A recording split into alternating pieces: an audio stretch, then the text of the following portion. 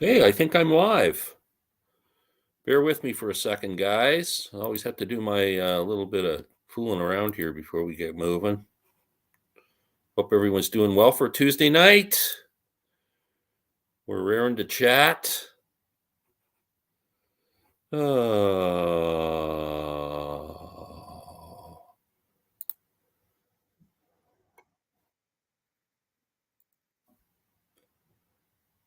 Silence.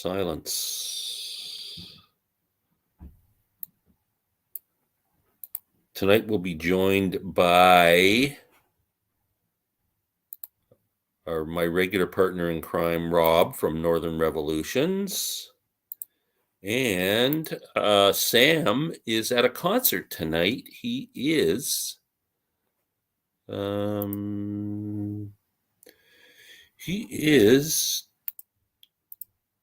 doing, hey, Day Tripper. Sam is involved in a concert. He went to see Billy Strings tonight, kind of a modern bluegrass guy who's pretty talented and pretty popular these days. So, hey, Richard. Oh, Richard's up late, man. Send me the link. I did send you the link, Rob. I'll check your email. I sent it a couple of minutes ago. Takes a while to get from here to Guelph. If you don't get it, let me know. I'll send it again. Greetings, Jason. Richard, how are you? How's my David Bowie fan? Hey, Richard, are you into the Jam? I'm getting really heavy into the Jam here, man. What a great band. How did I miss on that one? Wow. Loving them. Just loving them. Let's see if Rob gets in. Send again, it says. So I'm just going to put it up on the screen.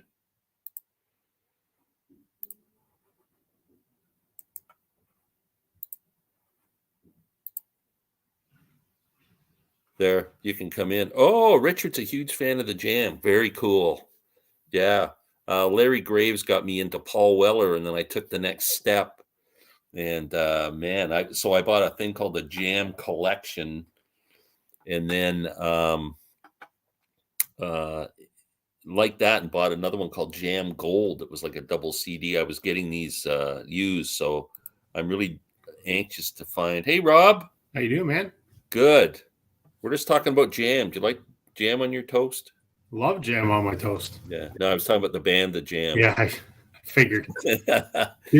I guess you and I shared a memo. We kind of dressed the same tonight. We got black shirts on and Jay's hats, and I don't have I got an Aerosmith shirt on. So. Oh, yeah. I know. I wore it just, and I'm wearing shorts. Are you? I'm wearing sweatpants. So I'm wearing shorts because I know you love. Because I know you love shorts. I'm not wearing pants. God help us. Nothing on underneath this Beatles shirt. That's it. God help us. The couch, the chair is kind of itchy. Yeah. What's happening, my friend? Not much. How about you? Jeff says, Rob Walker got me into the Jam. Larry Graves got me into the Jam, but Rob has definitely been making some comments. They're a really good band. I'm kind of with Richard McCook. I like Paul Weller solo. You do? Yeah. Well, Richard says he doesn't. He says not as keen. Oh, okay. I'm more keen on his solo stuff. The Paul Weller solo I've heard. I really like it. Hey, John. Hey. What is up? Right on, man. This is our lineup for the night.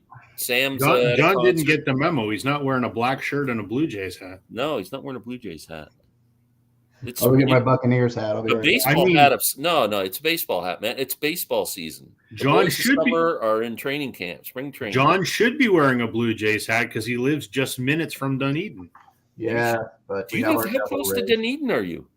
Dunedin, 15, 20 minutes away. Oh man, it's like such a bucket list for me to get down for a spring. Oh, me too. Yeah, it's going to happen now that my daughter's there, but not this. Probably next year. Yeah, I never go to the beach either. I don't like that. Nothing good ever happens outside. That's what I always say. Nah, too many sharks. Yeah. Wow. So what's going on, John? Before we get started, I need a concert review.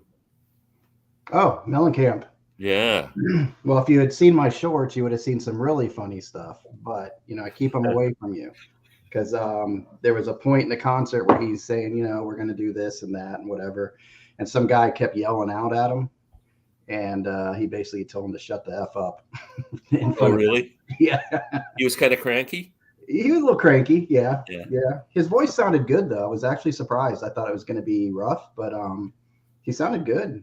Even on he did a lot of the old hits, or yeah, he did. I was sending you some of them. Did Paper and Fire. He did do Authority song. I like that one, but he didn't do that. But he did Jack and Diane, but he did it acoustic. Oh, so wow. That was cool. And the audience screwed that one up, so that was funny. Oh. He let them sing along, and they jumped to the chorus, and it still had another verse to go. So he stopped them and said, "Okay, do you guys not know this song by now?" So no, he was very engaging. But the weird thing was we sat there for half an hour watching old movies before he started playing. So we got there at 8:00, and he didn't come on to about 8:30, 8:35. But he's showing like old Brando movies and HUD. And really? Yeah. What, before the concert, you mean? Yeah. Instead of an opening act, you're watching these old movies, clips of old movies. That's kind of cool. Yeah, it was interesting. I was digging it. People were getting, annoyed. And I said, well, this is kind of cool. But I forgot what movie it was. But in the movie, these sirens start going off. Yeah. And when that started playing, he had these lights in the auditorium, and those started going. So that was kind of cool. And then the curtain goes up, and they crank off the concert. So it was good. Did he do a lot of new stuff too, like off that Strictly One-Eyed Jack album, the newest album? He did the very first song I didn't recognize, so I don't know if it was off of that. It was and there was one very bluesy song somewhere in the middle. Because I love that album he put out last year. Absolutely love it. Yeah, I gotta check that one out. I haven't looked into that one yet. Of course, now I'm on a whole Mellencamp thing. Now that I've seen him live, it's like, give me all the albums I can get my hands for on. sure. Yeah. But no, it was really good. Yeah, he did all the hits, Pink Houses, all that stuff. Oh, cool. And it had a 7-piece band. He had the lady there with the violin. So. Oh yeah, she's always awesome. Yeah, and they did a spoken word. I forget which song it was, but who was the lady that was married to Paul Newman? I forgot her name. Joanne Woodward. Yeah, so she did She was speaking. He did a reading of one of his songs. She's dead. Yeah, well, her voice was there. Okay. Well, they propped her up. They had these mannequins there too. That was kind of weird. It had a Brando mannequin, and yeah, the whole scene was kind of cool though. He had another drum set set up, and they never even played it. But they had these old spotlights that were kind of bronze looking. So the whole set was really cool looking.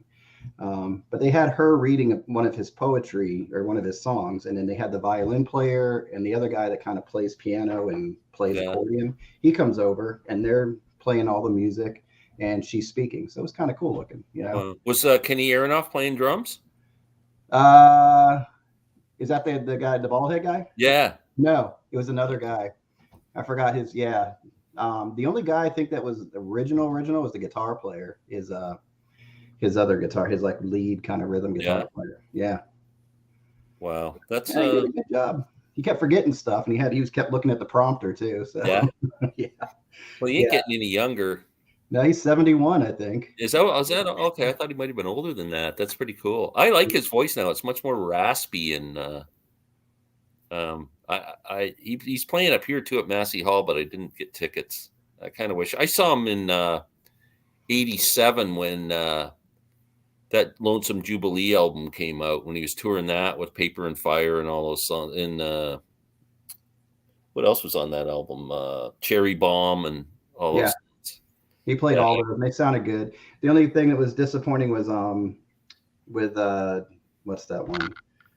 Human Wheels. Oh yeah, I know. Yeah, that's like I don't know if he wrote that, because the lyrics in that are pretty deep, but there's like a breakdown part in that song where the drums break down and he just sings, and he kind of forgot that part, and I was kind of looking forward to that part. Oh wow. If that's my only complaint, What venue did you go to? It's called Ruth Eckerd Hall. It's a very small hall. We were probably 14, 15 rows back. That's that's not the hall in Orlando. No. This is in Clearwater. Oh, okay. Very Clearwater cool. area. Yeah. It's actually right next door to like a Sam Ash music store. Yeah. Wow. Yeah. That sounds so cool. It was John did fun. a thing with TCM. He's a big film fan. Randy says, I saw Mellencamp where he said almost nothing to the audience and played a short show. Are you sure that wasn't Van Morrison? Yeah, right. No, he put on probably 2 hours, I would think, and he did a lot of talking. Wow. On his last album, it sounded like he was doing a Tom Waits impression. It does. He sounds like a cross between Tom Waits and Louis Armstrong on Yeah. the latest album. It's freaking awesome. Well, he said he never quit smoking because he didn't want to lose that raspy voice. Hey guys, in my opinion, Mellencamp's Lonesome Jubilee is one of the greatest. Yeah, it's a great album. I agree. Yeah, he made some great records. Yeah, he had a lot of good songs. Yeah. So here's my latest bitching rant. Oh boy. I'm a huge fan of Tedeschi Trucks Band. I know, John, you're a fan. Yep. I like them too. Yeah. Okay. Cool. So they're playing in Toronto because it's my number one band that I want to see live.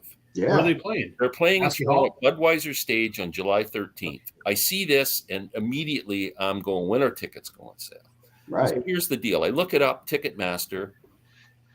February 21st, which was today, they went on sale to fan club members. So I go on their website. I got to pay $40 US to join their fan club. And it gives me nothing that I'm interested in. It gives me front of the line tickets for a concert, but it also gives you some download stuff and that. I'm not interested in. So Right. I passed on that. February 22nd, which is tomorrow, it says band pre-sale. That's the way it's announced. So I look on their website again. It says pre-sale. Again, the qualification is you have to be a fan club member and then whatever else. So I can't do that. Right. February 23rd, front of the line tickets for American Express. I can't do that. I don't have an American Express card. And February 24th, the general public finally gets a chance to buy a ticket. Like after they've been on sale 3 different times. Like that's just bullshit. Sorry. Yeah. It's getting tough. As you're talking, I'm just looking because 2 weeks before they come to the Budweiser stage, Noel Gallagher comes to Budweiser. Oh yeah. Which I really want to see.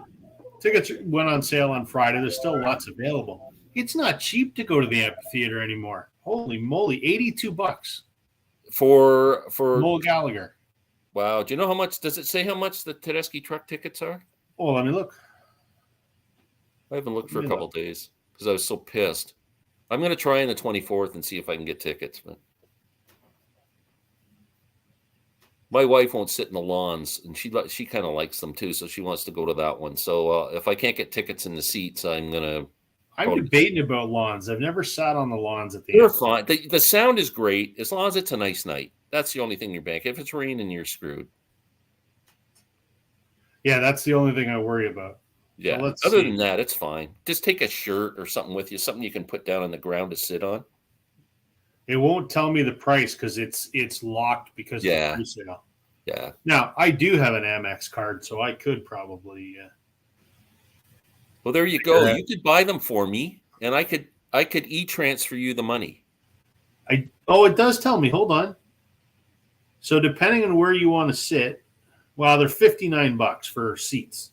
That's great. Yeah, for not the very first section, but 300s and 400s. That's fine. That's fine.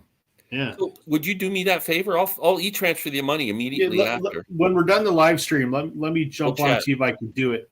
I don't know if it'll let me because it's a work. It's tomorrow. I think it's tomorrow. The American Express. It's a work Amex. Okay. But my name's on the card, so yeah. I might be able to do it. So we'll try to do it. That would be great. And within 2 seconds after you pay for them, I will transfer you them. Yeah, no, I'm not worried about that. Shit. Yeah. Yeah. Well, I'll try it after the live stream. That would be awesome. I thought it was tomorrow that the AMX tickets go on sale. Maybe it is today. I don't know.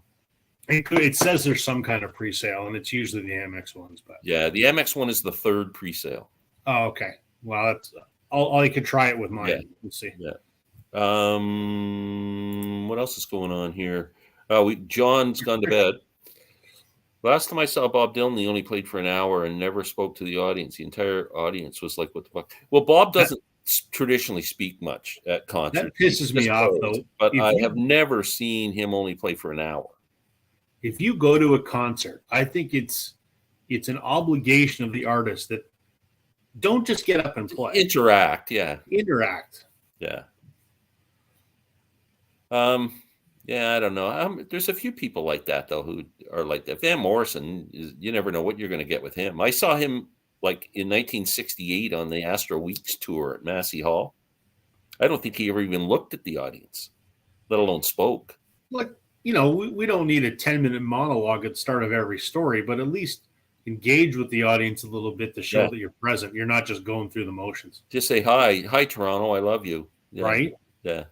Or here's a song about my dog. Whatever, you know. Yeah. I'd love to see Depeche Mode. April show sold out, but they added a second leg to a Toronto show in November. Oh, cool. So I hope you get a chance to go, Jeff. Second time I saw Mellencamp, he was better, but I wouldn't call him engaging. Bob barely glances at the audience. Bob's not, he doesn't even let anybody look at him backstage. Bob? Like there's a rule for Dylan. Like if you stare at him backstage, you're out. That's horseshit. Yeah. Do you think he's just a jerk? Who do these people think they are? But you know what? He's kind of above everybody else, and he's almost like I don't know, like something. But if you saw Bob Dylan, you wouldn't be able to take your eyes off him. He probably gets freaked out, like people just staring at him. Yeah, but by the same token, he's still a dude. He takes a shit like the rest of us. And if it wasn't for us buying his music, I don't think he does. No. You know why he doesn't take a shit like the rest of us? Because his toilet's made of gold. That's right. Probably. You have somebody to take care of that for him. Yeah, and somebody wipes his ass. Yeah. Well, it's got to be weird going your whole life being a huge icon like that. You've got to have a different perspective on life, you know. Yeah, I think. Everywhere you go, people are staring at you. Well, how do you do it, Glenn? You're such a YouTube star. Yeah. Maybe you can explain. I just, I embrace it all. I need the love. He's a people person. Yeah. Oh, I even got this. Look at this. I got a real concert ticket too. Holy moly. I've never seen. I haven't seen that for years. What is that? Wow. It's like a dinosaur. It's an actual ticket. That's what I like about these small venues. You get the actual ticket. It's like you're holding up a tooth from T-Rex or something. Yeah. Jesus. Get the dust off of that. Man. So I work as an usher at the Belleville Senators hockey games, and sometimes they ask me to do the ticket thing, right? And I got the scanner, and like people, very few people have. Some have physical tickets, and I just go, oh, thank God. And others have these phones, and they get this it's like a little button thing that comes up on their phone. And I take my scanner, and I got to run it across their phone like that, and it mates up to this little icon. Yeah. And then there's others that have like a barcode. It's like there's 10 different things. Like it's stupid. Just give us a ticket. It's a souvenir. Yeah, everything's got to be online. Man, maybe we'll just rant tonight. Let it out, Glenn. You got to let up the poison out. Here's one more. You should make a short about that, Glenn. Yes, I can help you with that. You walk up to a store, and there's a sign on the door that says, be back in 10 minutes. Yeah, but when the hell did you leave? Did you leave a minute ago? Did you leave 9.5 minutes ago? Like, just put down the time you're going to be back. Well, you at least be there 10 Work minutes. with us here. Okay, I'm done. Okay, you get it all out? I feel better. It was cathartic. And you're not wearing shorts? Is this what we were saying, Glenn? No shorts? I'm not wearing any pants and nothing, and I'm naked from my Beatles shirt down. Oh, Lord. No, You've I've done got this before. Hold on a second. What are we doing? What are we showing? Okay. There. I'm good. I am wearing shorts. I am wearing shorts also. So I'm wearing shorts and neon yellow running shoes. So we're going to talk about Record Store today. Now that we've got like a whole bunch of people in the house, there's like 150 people watching now. See, it's because we're not like Bob Dylan. We're engaging with the audience. That's right. So I'm going to put up a thing here. Yeah, there's some But interesting. Bob attracts more people. Yeah, I'm going to take some notes too. I kind of started some notes. I've been watching. I like that everybody's doing all these videos on this because it gives you new perspective from different, angles. We should start off by talking about our each individual perspectives on Record Store Day and what we think about it. Yeah. Because I think Glenn and I might be a little bit similar in our opinions. I think we might be. Is it a location thing? Well, here's my thing. I'll start off, and this isn't a Glenn Calloway rant, but I used to love Record Store Day. Like 2006 or whatever was, I think, the first one I went, or 7. I don't know. I went to my first one, and I loved it. I looked forward to it. Me and my buddy went, and me and my buddy and my wife went, and it was a thing. And each year it's progressively held less and less interest for me as the lineups get longer. I am not a morning person. I sure as shit am not going to the record store 2-3 hours before it opens. I'm not standing outside waiting. And I find there's less and less titles generally that I'm interested in. And I think a lot of the flippers have kind of ruined it for me as well. So I just find it's kind of lost its appeal. So for me nowadays, I just the last 4 record store days, maybe 5, I've just skipped them all together and took my chances later in the week. And the stuff I've been looking for has shown up, and I've been able to get it, and that's good. The other thing that's kind of shitty too is not everything that is released makes it up here. I don't know if Glenn finds that as well. That's true. The list is different, even U.S. Yeah, we have our own list in addition to the U.S. list, and a lot of the stuff that's on the U.S. list that's supposed to get up here, half the time it never makes Never shows up. Never makes it. So typically it's the one I want. Yeah. Get. So it's not, I think Record Store is fantastic. It's good for the hobby. It brings attention to it. And I love that they have Record Store Day ambassadors and all of that stuff. I think it's great. For me personally, I know. Oh, we're going to talk about her as we go through the list. To have. Yeah. Well, I told you the story behind that one. But I think it's all good. But for me personally, it's just kind of lost its luster. I find the one reason I don't like Record Store Day is because I find I spend money needlessly. Like I'll go in and I'll just get excited and caught up in it. FOMO. And I buy records that I wouldn't normally buy or don't need. Yep. And I end up spending $200 or $300, and I go, I don't think I only needed one of these. And I come home with, like, a couple of years ago, I came home. I'm not really that well versed on a band called Hawkwind, but people really respect them a lot. And I'm walking into Record Store Day, and my buddy owns the record store at Zap Records in Cobourg, Ontario, and everybody in there is grabbing this Hawkwind album. Like, this is like the holy grail of all records. I thought, I got to get this thing because I like prog rock. And I grab it and I bring it home. I hated it. No, I'm stuck with a stupid record. But I would, under normal circumstances, if I walked into a record store and someone said, hey, check out this, I'd say, no, I'm not going to buy that. I'll listen to it first. And I just get wrapped up in the nonsense. Yeah, I try to do a quick listen when I'm there. Like last time, there was a couple blues albums that I caught later, and I did a quick listen. Then I grabbed them. So I try to do a little bit of quick homework instead of just grabbing stuff. Because I picked up something Smog. It was like the Jayhawks and all these other bands. It was like an independent thing that came out, and I didn't really care for the album. It was like an EP. Yeah. So I grabbed it and I got it home. I'm like, eh. So that's the last time I did something like that. Yeah, it's too easy to get caught up and spend too much money, I think. Yeah, you got to go in knowing what you want, do your homework ahead of time. Yeah, and hopefully you get it. Because like last Record Store Day, I really wanted the Janis Joplin, Jorma Kaukonen thing that was the tape thing that they did before really they were both famous. I couldn't find it anywhere. I've never gotten it. There's one, I just did a video. I don't know if I got it on video, but there's a record store that actually has it sitting over there right now. Really? Because I'm such a huge Janis fan and Jorma fan. They're both he's a great guitar player. Yeah. Yeah. But yeah, one day I hope I find it. Yeah, I mean, I enjoy it. I don't have to do the camping out. I'm kind of more involved with the record store now. So I go in and do, behind the scenes. I do some filming for them. So I don't get so wrapped up in it. I went ahead and stayed overnight last year just for the experience, probably snored. And like you stayed up, like you stayed outside? Yeah. Yeah. I got there at 7:00 on Friday, and there was somebody already in front of me. They were there for the Taylor Swift stuff. And I did it just to camp out. It was a good night. It was a nice, cool night in Florida. I had my drink and sat there. And... I used to do that for concert tickets back in 1970, but I wouldn't know if I do it for a record.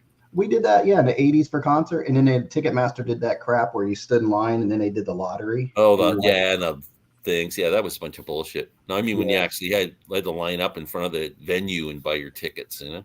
Yeah, and you're pretty much almost guaranteed a better ticket wherever you were in line at that point. Yeah. But that went away, so. Wow. I'm just going to go through some of this, and then maybe we'll bring up the list and talk it through. What's up with 3-inch records? Here's a rant, too. I don't know, but who the hell would buy a 3-inch record? People do, though, and there's a bunch of them on that friggin' list. The Doors, I think, have a bunch of them on there. Yeah, some people were. Well, the Doors are going to have their own record player this year and 3 little records to go with it. Some people buy it for their kids to kind of get them into the vinyl thing as a novelty. What is there? Half a song on it or something? I don't even know. I think it's like a short. Songs. It's like a YouTube. It's like a short. It's useless. Yeah. It's just there to aggravate you.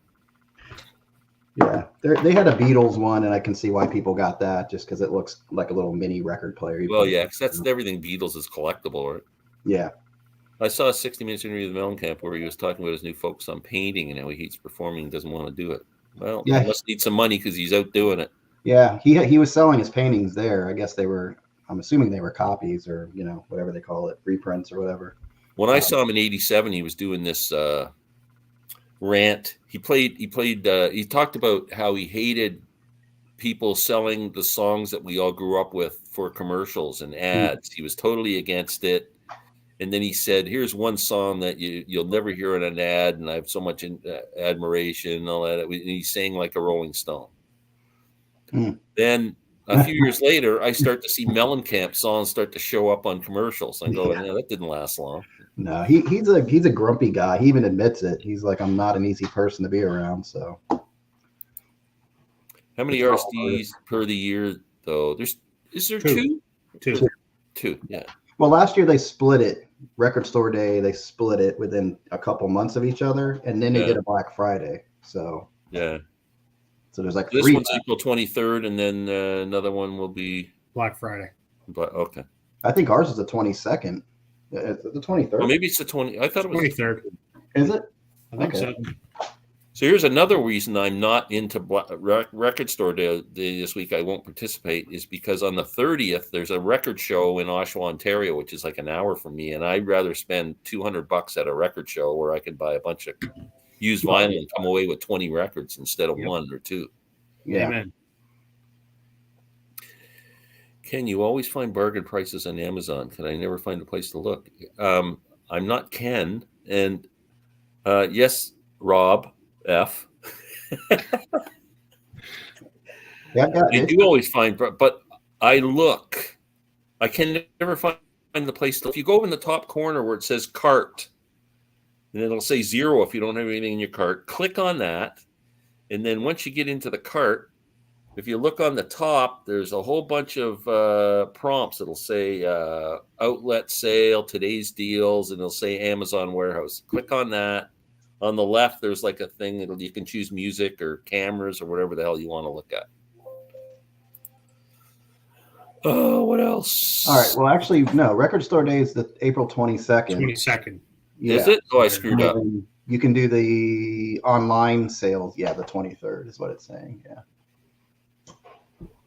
There's Concert Buddie. He just did his thing on Record Store Day. I've got to still finish that. I'm changing this to the 22nd. Yeah, I have to finish his video. He's teaming up with a lot of people lately.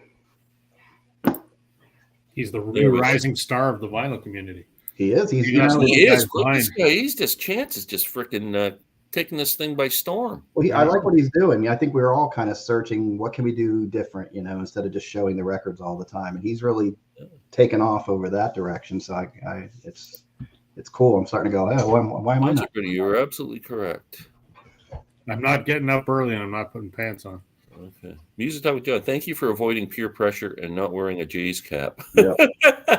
we gave him shit because he's just 20 minutes away from our spring training. Are you a baseball fan at all? No, we really didn't have baseball here until later, until I was in my teens probably. We didn't have the Devil Rays until then.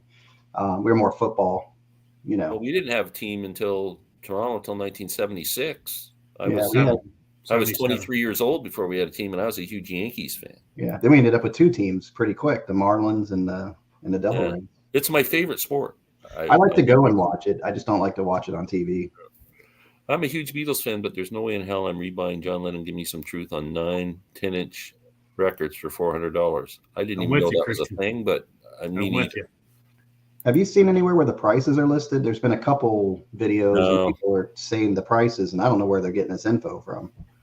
Really? I'm wondering if Hawkwind is great. Their live album Space Searcher is one of the neatest covers ever. Vinyl, 45 RPM. Hate it. You want me to rant again? Yeah, I'm done with that too myself. I'm not getting it ruins the continuity of the album.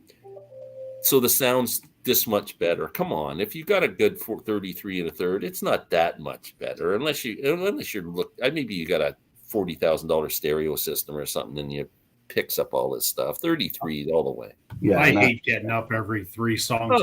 Yeah. And I complained about this on Steve Hoffman right away. Everybody's going, "Oh, you lazy bastard." It's got nothing to do with being lazy. It's stupid. Mm-hmm. Yeah. I don't like it. They did that with the Tori Amos because I like Little Earthquakes, her first album, and that just came out. They just reissued it. Really didn't do anything with it.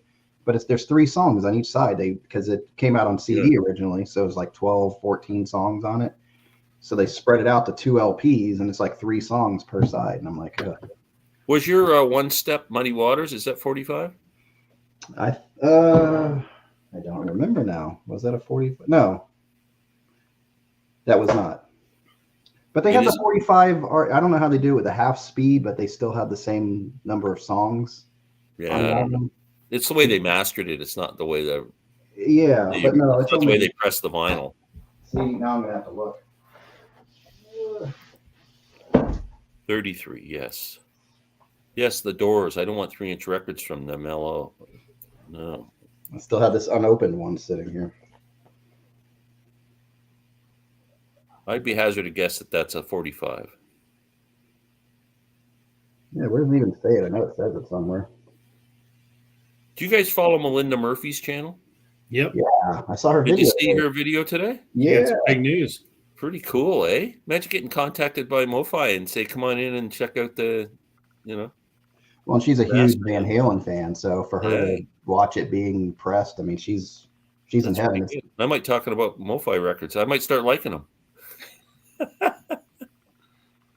They're all right.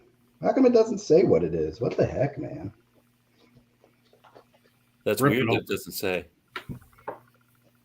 No, let me look at the other one. Jorma is a master of course. Yes. Oh, he is from Ohio. Absolutely. Well, I don't know if he's from Ohio, but he lives on a farm in Ohio. I remember staying in line with my mom to see a premiere of A Hard Day's Night. I was 11 years old. Wow. My mom and dad took me to the drive-in to see Hard Day's Night, and I was 11 years old. First time Glenn went to the drive-in, it was a horse and buggy. And I went to see the Jazz Singer with Al Jolson. The only fuel was the carrot for the donkey. April 22nd. Yeah, we got it, Jeff. We got it. I screwed up. Look in the Amazon warehouse sales. Sorry, I mentioned Glenn, unless you're each of brother Ken. Yeah. Yeah, this is 45. Took me long enough. Sorry for Ken, Glenn. My bad. That's okay. I've been called way worse than Ken. I used to watch the Blue Jays in spring training in Dunedin, Florida for the first few years. Gary, I wish I could. I wish. He lives near me. Yeah, it's a friend of mine. Oh, yeah, they're adding some great rules. We turn this into sports talk, but yeah, the rules in baseball this year are going to be amazing. The bases are 3 inches bigger now, so they're 18 inches. It's 4.5 inches difference from base to base. Yeah, you guys will talk about baseball, and I'll show you pictures of money. And there you go. The pitch clock is going to be revolutionary. Apparently, so they tested the pitch clock last year in the minor league. So there's 8,000 games or whatever, and it's supposed to speed up the game to keep it under 2.5 hours. Yeah, isn't that insane? Because some baseball games you watch for 3.5, 4 hours. It's insane. And plus, no shift. I hate that friggin' shift. But they've already found a way around the shift because the way they wrote the rule, Yeah. is it only pertains to the infielders. So you can actually take an outfielder, and so you could take your one of your left or right fielders and move them either between first and second, long as their toes aren't touching the dirt. So, oh wow, yeah, so it's kind of a. I'm well, glad. yeah, but it's still we still get the joy of now watching a shortstop get the ball drilled to him. Right. Yeah. I mean, I'm in favor of banning the shift. The shift is ridiculous. Yeah. I just wish they would have wrote the rule. They weren't thinking managers were going to do that. Right. MoFi cassettes. Yeah. I hate cassettes. I don't even want to talk about cassettes. I like cassettes like Glenn likes shorts. Yeah. I like shorts just in the summer. Right. Have you seen this one? I hate cassettes. They're stupid. For your petty fans. Oh yeah. What's that? It's Benmont Trench, but it's on Blue Note, so it's a jazz album. Oh, really? Yeah. I haven't seen that. That looks like an interesting album. Yeah, it just came out. I just got it about a week ago. How is it? It's still in the plastic. Man, crack that shit open. Now let's do that. Let's look at it, see what it looks like. Anyone seen? Yeah, we were just talking about that, Gary. Yeah, that's great news for Melinda. We're really excited for her. Yeah, I just didn't get to 21,000 subs, and I get invited. It's nice to see people in the vinyl community get acknowledged for supporting the industry. Yeah. Let's open it up. That's Yorma. Yorma. What did I say? Jorma? Oh, Yorma. Yeah. Sorry. What do I know? It's the last name I have trouble with. I don't know if it's Kekkonen or I don't know. I don't even know who that is. I heard the name the first time. He's the lead guitarist from Jefferson Airplane. Oh, is that who that is? And then him and Jack Cassidy, the bass player, they started a band called Hot Tuna. Okay. And if you like acoustic guitar playing and kind of bluesy kind of stuff, man, check out Hot Tuna. Especially their first album. It's live. It's fantastic. That's my favorite name for a band, Hot Tuna. I'm waiting for MoFi 8 tracks. Yeah. Yeah, there you go. Yeah. That's a gatefold. Pretty. Nice. That looks like an interesting album. He's such a good musician. Yeah. He plays with everybody. Has all the lyrics in there. It's interesting. Yeah, I don't know who's on here. To see who's on it. So Record Store Days on a set. Yeah, that would be on Saturday. That's the 22nd. Yeah. Okay. Yeah, it's always on Saturday. Yeah. Last Stars did they put out that record with Jan? I was just talking about that, Gary, and I missed out on it. Not one record store out of 3 that I went to had it. And I'm hoping one day I'll just find it sitting on a shelf somewhere.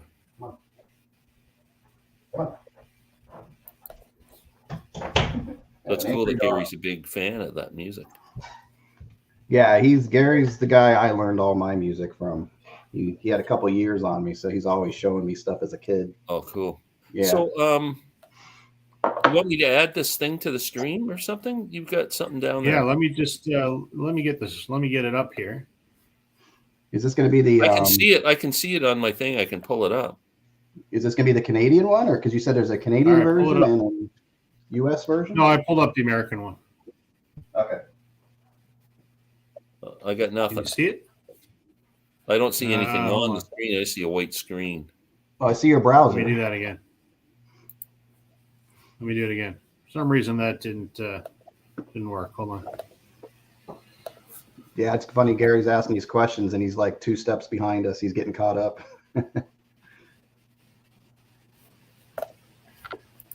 That's okay, Gary. We appreciate you participating, even if you're 20 minutes late. We don't care. That'll be his job tonight. Keep talking to me about Yorma. Are we doing the Gary, do you have the Quay? I'm pronouncing that wrong too. Qua or Quay? Do you have that album? It's fantastic. Quuah. What a great acoustic album. Uh-oh. We need our horn. Oh no. I was just gonna say, are we doing a trivia thing? Yeah. Oh, it's always ongoing. Okay. I like that. I still haven't got Glenn to install the graphics, so we gotta make do without it. Next week we'll have the stump of special effects working. Jorman Yorma. I call him Jorma. And Jack Cassidy played together since the mid-50s when they were kids. Yorma and Janis Joplin. Should I call her Janis Joplin if we're calling him Yorma? Janis Joplin had a duo in the early 60s. Yes, they did. Catching hot tuna soon at Kent State. That would be awesome. That'd be awesome. John's exercising. It's a crazy night. This is my life. Okay, Robert Fripp played guitar in a hotel during 1968. Whom did he replace? I don't know what that question even means. He played guitar in a band? Like, was he practicing? Whom did he replace? Do you understand the question? I get it. I guess he's probably, like how they have like piano players in a hotel. I guess he was. Oh, he was playing in a band in a hotel. I guess. I thought he was in a room somewhere with a bunch of guys or something. Okay, so he played guitar in a hotel in 1968. Who left and he replaced them? Not a clue. Just him playing guitar. I don't know. You got me stumped. No idea. Was he playing in a hotel and somebody discovered him and then he went on and I don't know. Here's another one. Have you heard Yorma's album Blue Country Heart? Yes, another fantastic album. Traditional and blues covers. Man, you guys got to listen to Yorma. He's amazing. Hey, Glenn, I put you a message in the Yeah, I can do that. Oh, what did I do? Yeah, if he wants to join us, I can do that. Hold on a second. Let's get Rob figured out here. There we go. How's it going to work with 3 guys? 4? Are we going to be able to bring up 4 guys? Yeah, probably give it a shot. Okay, so I'm going to make this. How can I downsize that? We'll probably just make our pictures smaller. Oh, don't want to do that. Okay, all right. So, Chance, if you want to join us, you more than can. I'm going to put up the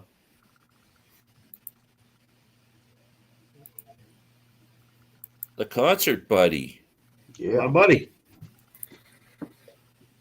You've done a couple of videos together. Several, yeah. Come on up, Concert Buddy. Step up. Got a link. I got a link. Okay, so our viewership's going to go up now. We got one of the all-stars. That's it.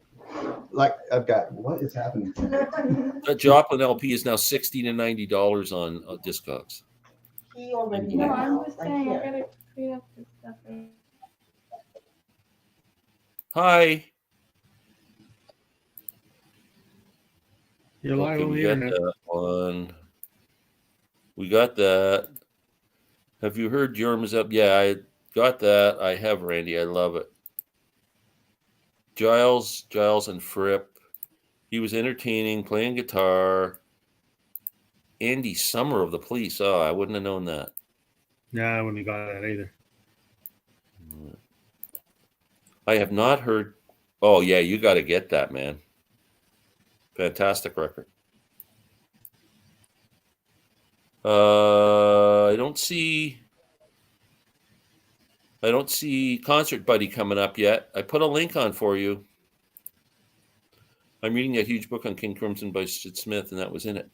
I've read that book, and I started reading it a second time. I just don't remember that little fact. That's a freaking great book. Yeah, he used to do during COVID. He did every Saturday, Friday night. They used to do a live show from his farm. It was really good. It's a madhouse in my house tonight. Just buy the Jorma album from Jorma's shop. It is for okay. I may look, but don't forget I'm in Canada. I got to ship the freaking thing up here. Might as well pay the $80. I'll wait till I go to my daughter's place in Florida and pick it up. How much do you think they want for it on that rack at your local record store? The Janis one. I didn't even look at the price, to be honest with you. I just saw it and I was like, oh, that's cool. And I don't even know why I didn't go back and grab it. You know, that's the weird thing. There was a Sheryl Crow. The Sheryl Crow you were telling me about, Rob. They had that, the live one. The live at the Ryman? Yeah. The one got $3 a record. Yeah, I was so busy filming. I picked up a couple things, but I forgot to go back and get those. So. It's really good. Yeah. Hold on a second. I got to grab some. Concert Buddie has not shown his face, even though I put up a link. Did you put the link out there? Yep. I just texted him and told him to get on here with us. I don't see the link. Do you see the link? It's up there. It's buried in the comments. It's about okay. 6 or 8 comments up. This is the Hot Tuna album that you need to buy. Yeah, you steer me in the right direction for Zappa, so let me check out Hot Tuna here. And what's this one called? It is called... Man, I can't even read it. Hot Tuna. I don't even know if it has a... Recorded live at New Orleans house in Berkeley. I think it's just Hot Tuna. Okay, that's live in New Orleans. Yeah, here's the back of it. Okay, I should recognize that. All right. Yeah, it's harmonica, guitar, and bass. Oh, Concert Buddie is here. There he is. There he is. There he is. Socks, boys. It's time. We're not worthy. Shit. What's going The on? All-Star. The All-Star. I was jumping on. Hey, listen. Yeah, that's it. Attaboy. Let's get comfy. No, hey, I just want to jump on for a second. Say hi. Also, let you know if you're looking for RSD prices, go over to bullmoose.com. I think that's where JC was pulling those. I tried putting it in the chat, but it kept hitting me with spam, like I was sending you guys dirty pictures or something. So, called Bull Moose. Is that what you said? yeah, bullmoose.com. Bull Moose is a chain of record stores in the Northeast. So think of like Maine and that sort of thing. But they usually are first to market with the pricing structures. Like if you go to like their little RSD tab, I think. Okay. Anyway, I heard you guys talking about that 20 minutes ago. I know my timing is terrible, but like I said, it kept spamming me out like I was sending you like chatbot stuff. Yeah, I got to finish your video. I started watching it and looking. All right, I finished yours. I finished your 42-minute video, John. It's okay. No big deal. My 6-minute video. It's okay. No worries. No, that's not the one I'm talking about. You had a longer one with everybody. Oh, you mean the live one that was 2 hours? No. I did a nice 6-minute first impression video. I was trying to make it easy for folks like John that just didn't want to watch the full Concert Buddie experience, and they didn't even watch my 6 minutes. Well, I know your audience. Feelings. John only watches shorts. No kidding. I should have done it as a short. John would have jumped right on that. That's it. My attention span is gone now. Yeah. He's a TikTok amoeba. I figured he's a TikToker. There's no doubt. Yeah. First time I saw him, I said, "That's a TikToker right there." Yeah. They have the attention spans very short. They're 10 seconds. 10 seconds are these shorts. If I put it at 10 seconds, I get like 98% watch rates. 10 seconds. Anything over that. Who wants those people watching your channel? Any of them who are watching? Oh, here we go. Don't get me going on this. No, hey, Glenn, I agree with you. Ruining the vinyl community. It's absolutely ruining it. Glenn, listen. I know we had a dust up on this, but we agree on this. The shorts are bringing in bad subs. What I mean by that is you're getting subs, but are they good subs? Are they people who are going to watch the Record Store Day video? Are they going to watch John walking along the train tracks? No, they're not. They're just not. Like here's a good case study. You know, Grant's Rock Warehouse, nice guy. Yeah, this is not a shot at him. He's rocket ship, 1,000 subs. He does shorts like a factory, boom, boom, boom, boom, boom. But when he does his live streams, nobody. Yeah, and I don't mean that mean. I'm just being honest. Right. Like nobody. There's no retention. There's no retention, right? So nothing against people who do what they want to do. That's my whole point. Yep. Thank you. Yep. I get little interaction. I mean, I get comments. Actually, I get quite a few comments during the day off the shorts, but it doesn't go much. I don't think they're going. I actually did my due diligence and went under 3 or 4 channels that do a lot of shorts, and I went back and looked at all their videos over the past few months, and the viewing habits have not changed one bit, even though their subscriptions are going up because they got a bunch of people who have no attention span, who could give a crap about the vinyl community. Yeah, I mean, the views. Right. And it's just ridiculous. People are doing it for the wrong reason, and I hate it. And I mean, Rachel talks about the exit velocity, and I think there's something to it because, again, you're getting the sub additions. But I just go back to Glenn again. You and I agree on this. Are they good subs? Are they the people that you want to interact with and learn from and all that stuff? No, they're not interested. They're not interested. Yeah, that part didn't change much for me either way, though, because every time I looked at my analytics before I started doing subs, the majority of people watching my videos were not my subscribers. So that never changed. Rob, did you hear that? But they're the people did you hear that? John's looking at his analytics instead of my 6-minute RSD video. I mean, again, this is hurting my feelings, man. I'm trying to get through the long one. I didn't know there was a condensed version. Oh no. The long one was I won't even get into it. This is but you don't want. I was enjoying it. Yeah. Your goal to have a successful channel is not getting other vinyl community members to watch your channel. It's to getting the audience out there that doesn't participate in videos to watch your channel and who are interested in music. That's right. That's where, like, I get 300 to 400 views a video. That's what I get. That's and it's most of the comments are from people who don't make videos. Sure. And that I like it. So what's the appeal? What do you think how long have you been doing this, Glenn? 3 years. 3 years. And you're at what, 1,000, 2,000? About 1,800. 1,800. Okay. So what do you think is the appeal? Just longevity? Just doing what you do? I think so. Sex symbol. I was going to say, people watch the channel because they like your personality. That's right. It's animal magnetism. That's what drew me to Glenn. That's like, man, this guy. I mean, yeah, that's sexual machismo right here. Case in point, he's not wearing pants. I use sexuality. Use it.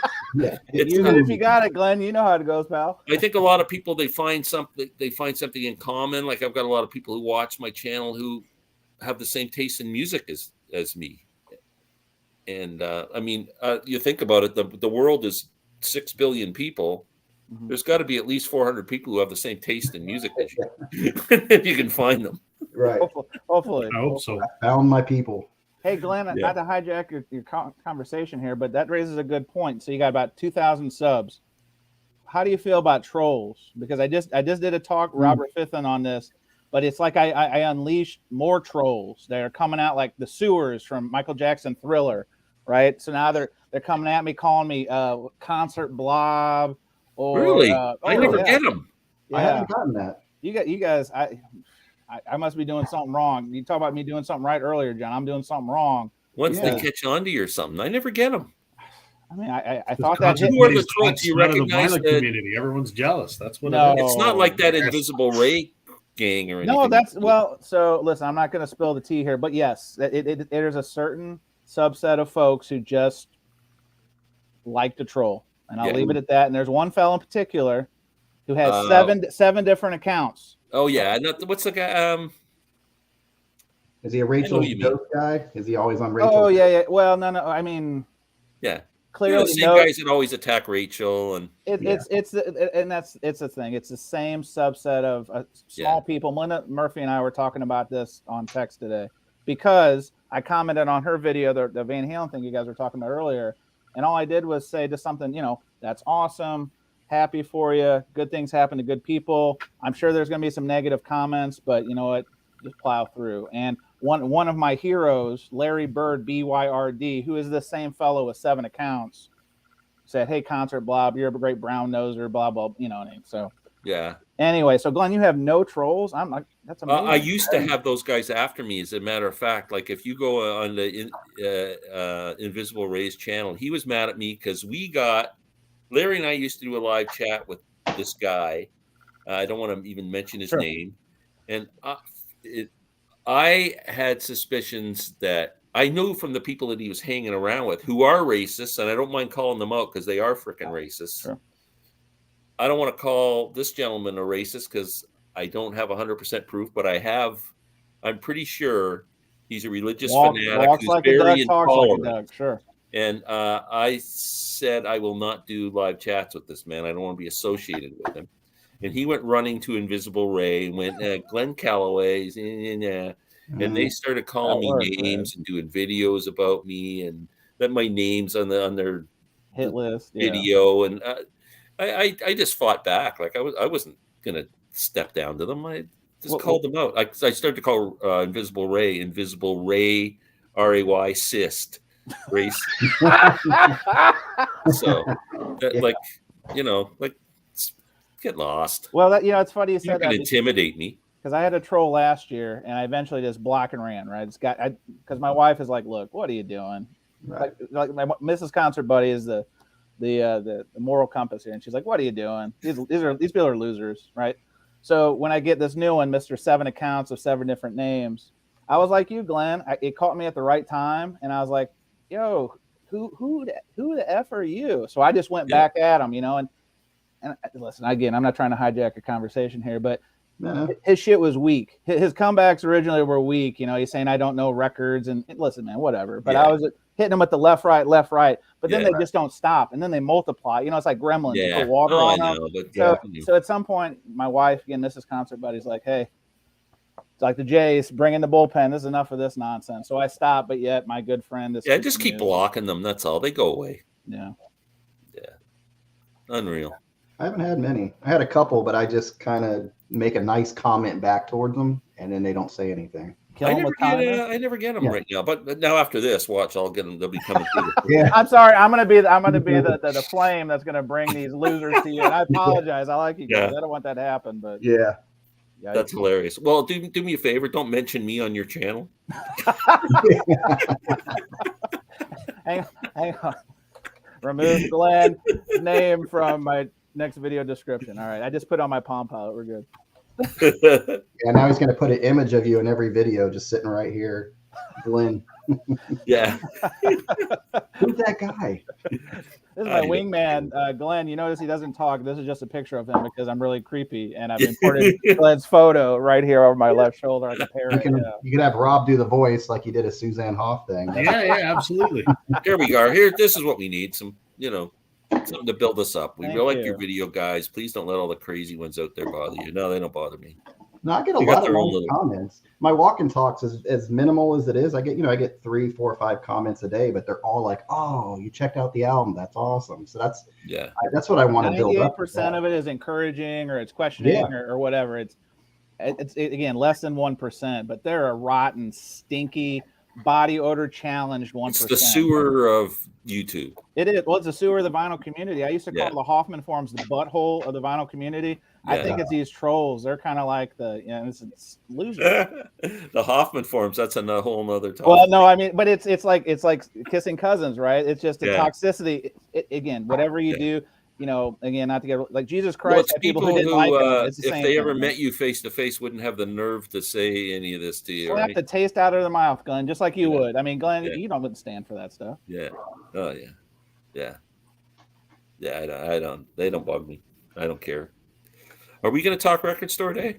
Well, you guys talk record store day. I just wanted to jump on, say, you're gonna. Oh, okay. Sorry to. Stay on. You can hang out. I have a commitment at the top of the hour, and I already told my commitment. I need extra 5 minutes because 5 minutes. Thanks for coming on, man. Listen to this. I've been subscribers since day one, and now you're too famous for us, man. I'm trying to make a time concession for somebody who's making time for me, and I see how it is. I apologize, but boys, keep it up. Keep up the good work. Big for his britches. Oh, I am big for my britches, according to this fool called me concert blob. He called me chubby. I mean, listen, man, come on. I'm gonna start trolling you now. Rob, if you set up a new account and it's called Southern Elevations or something, I'm gonna know it's you. I'm gonna do that just for a laugh. Western Hemispheres or something. Listen, man, you're just gonna telegraph it, right? So come on. That's all right, boys. Have a great stream. Great to see all you guys. Okay, guys. Thanks for coming out, man. See you, man. Later, guys. Take care. All right, see you. I'm removing it. Okay, I really do. What's this? That nutcase that did the video about Vinyl Richie. Now that's just freaky. Yeah, did you see that? That was insane. That guy was legit like nuts. And I don't know where he was from, but holy crap. And Vinyl Richie just took the video and put it out there. Said, I don't know if you've seen it, but the guy, it's only like a 6-minute video, but he's just ranting at how horrible Vinyl Richie is, and he's disgusting. If I saw you, I'd punch you. It's crazy. And I love Richie. He's not even as bad as the Wax. I mean, Rob really gets under people's skin. Yeah, he gets it. That's Richie's great. I love it. But Vinyl Richie's just kind of like, whatever, Yeah, he wouldn't give a shit. He says it like it is, but it's not in your, it's not in your face. Rich has been around. He wouldn't be intimidated by that nonsense. This guy's insane, man. I was like, oh. That's crazy. Yeah, it was pretty bad. I couldn't believe it. Good for him. He just put it right up there and said, okay, you want to show yourself? Here you go. There's a lot of bent people out there, that's for sure. Nothing better to do. Yep. Wow. Okay. Let's. Can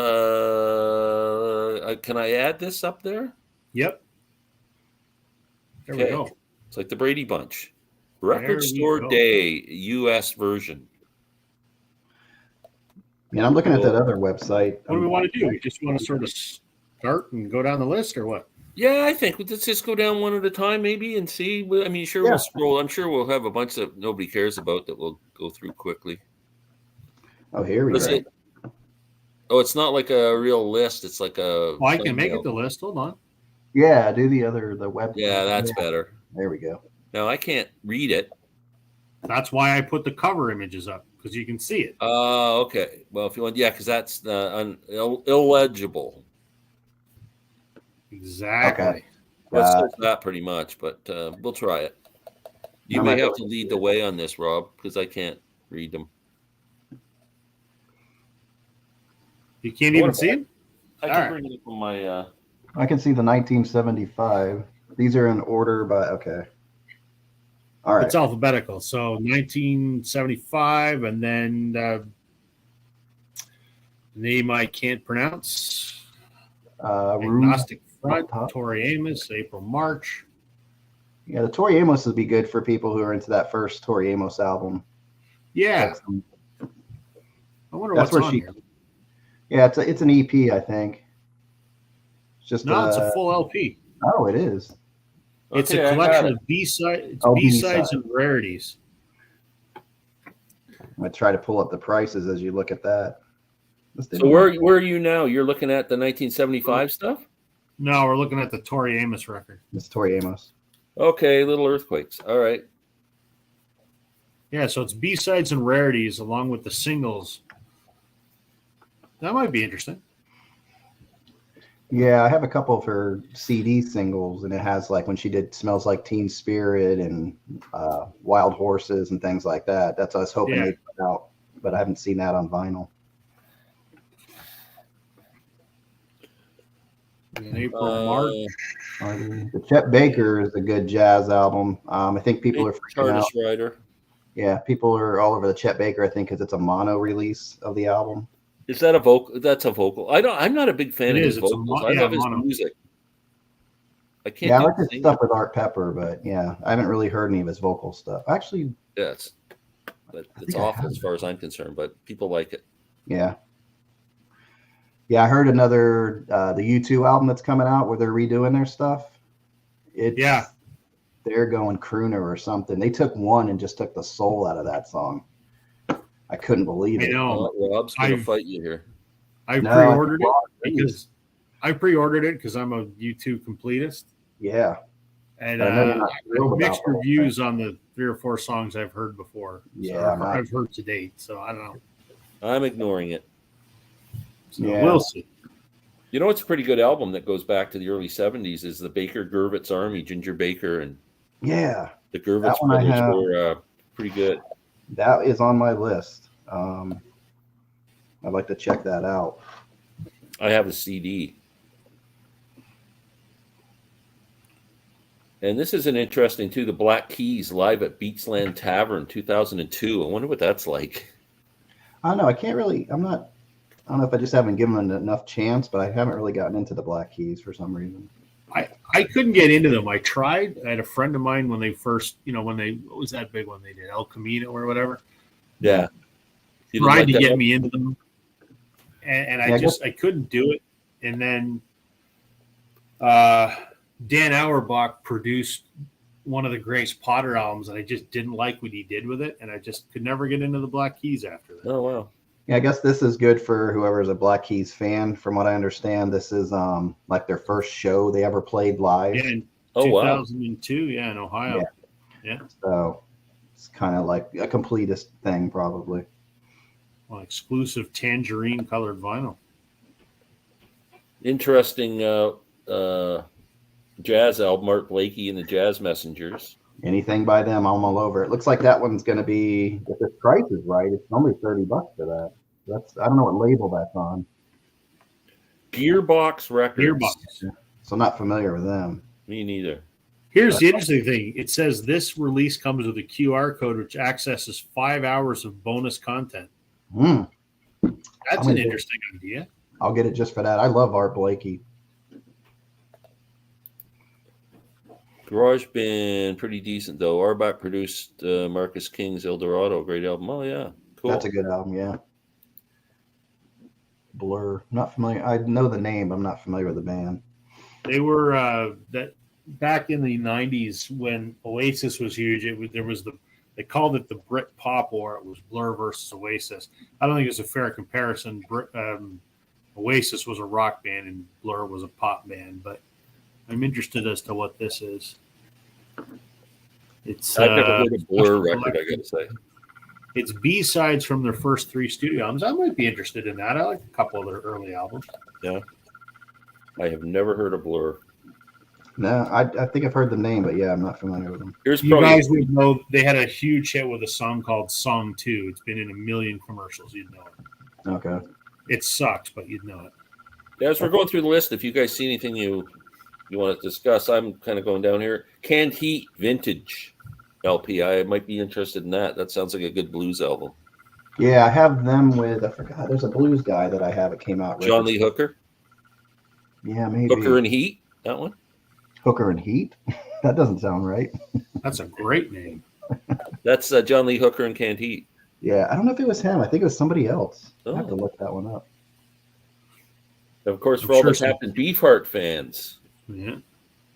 You get into Beefheart, Glenn? I know you're a Zappa guy. A little bit. Not as heavy as my friend Larry, but I'm slowly getting into him.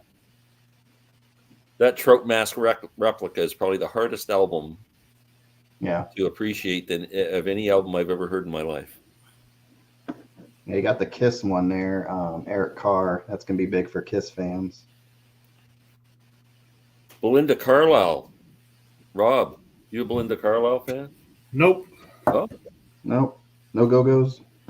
I mean, I don't mind them, but it's not something I got to have. Another good blues one, James Cotton and Friends, the Chicago Sessions. That might be interesting. Yeah, I've got that one down due to check out. And there's a Miles Davis one that looks good. Turnaround, unreleased rare vinyl from On the Corner. What stage of his career is that? Is that like later? Yeah, it's his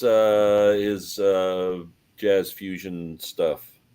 Yeah, he kind of lost me after he kind of took that hiatus in the late 70s and kind of came back. But then he was doing like before, I think On the Corners before Bitches Brew. Oh, okay. Might be. I'm not a huge, I'm not authority on Miles Davis. I'm just guessing. I do have the album, but where it falls in his discography, I think it's around that same time. Yeah, I like that era. I like that Jack Johnson one is really good. Jack Johnson's great. Yeah. Might be my favorite. Yeah, I'm with you. Once I heard that, and it was, I still like In a Silent Way. That's probably my favorite album by him, but Jack Johnson, that's a good one too. Probably close second right there. Old Dirty Bastard. Well, I'm all over that. There's a classic guy. Come on. Willie Dixon, Catalyst, another good blues one. Which one? Willie Dixon. Oh, yeah. That's on my list. Yeah. There's a lot of Doctor Who fans out the Amazing World of Doctor Who. There's a lot of people who watch that friggin' show. Yeah. I wouldn't be surprised if that's a big seller. Here's the Doors 3-inch record. So there's a record player too? That's the record player, yep. And you can get a whole set where you get the record player with the 3 albums, I guess. And how much is that? Is that going to be available at record stores on Record Store Day, the record player? Yeah, I'm trying to look it up here on that website that's weird. Just gave me. Let me see. No thanks. I mean, I'm a Doors fan, but I mean, I don't need to. Oh, here we go. I love our audience. It's great. On the Corner was after Bitches Brew. Thank you. Oh, okay. A lot of Miles Fusion stuff was recorded as jams, and his producer just edited it all together. Oh, the site I'm looking at with the prices. So we're looking at it, and they have it in alphabetical order by last name. This has it by first name. What a pain in the butt. So what's the first name of the Doors? The Doors. Oh. The. Here's a band called Dope. I don't know if they're stupid or that's about a drug reference. What does that come with? Group therapy. Oh, that's $31.97 for that album. Any Duran fans?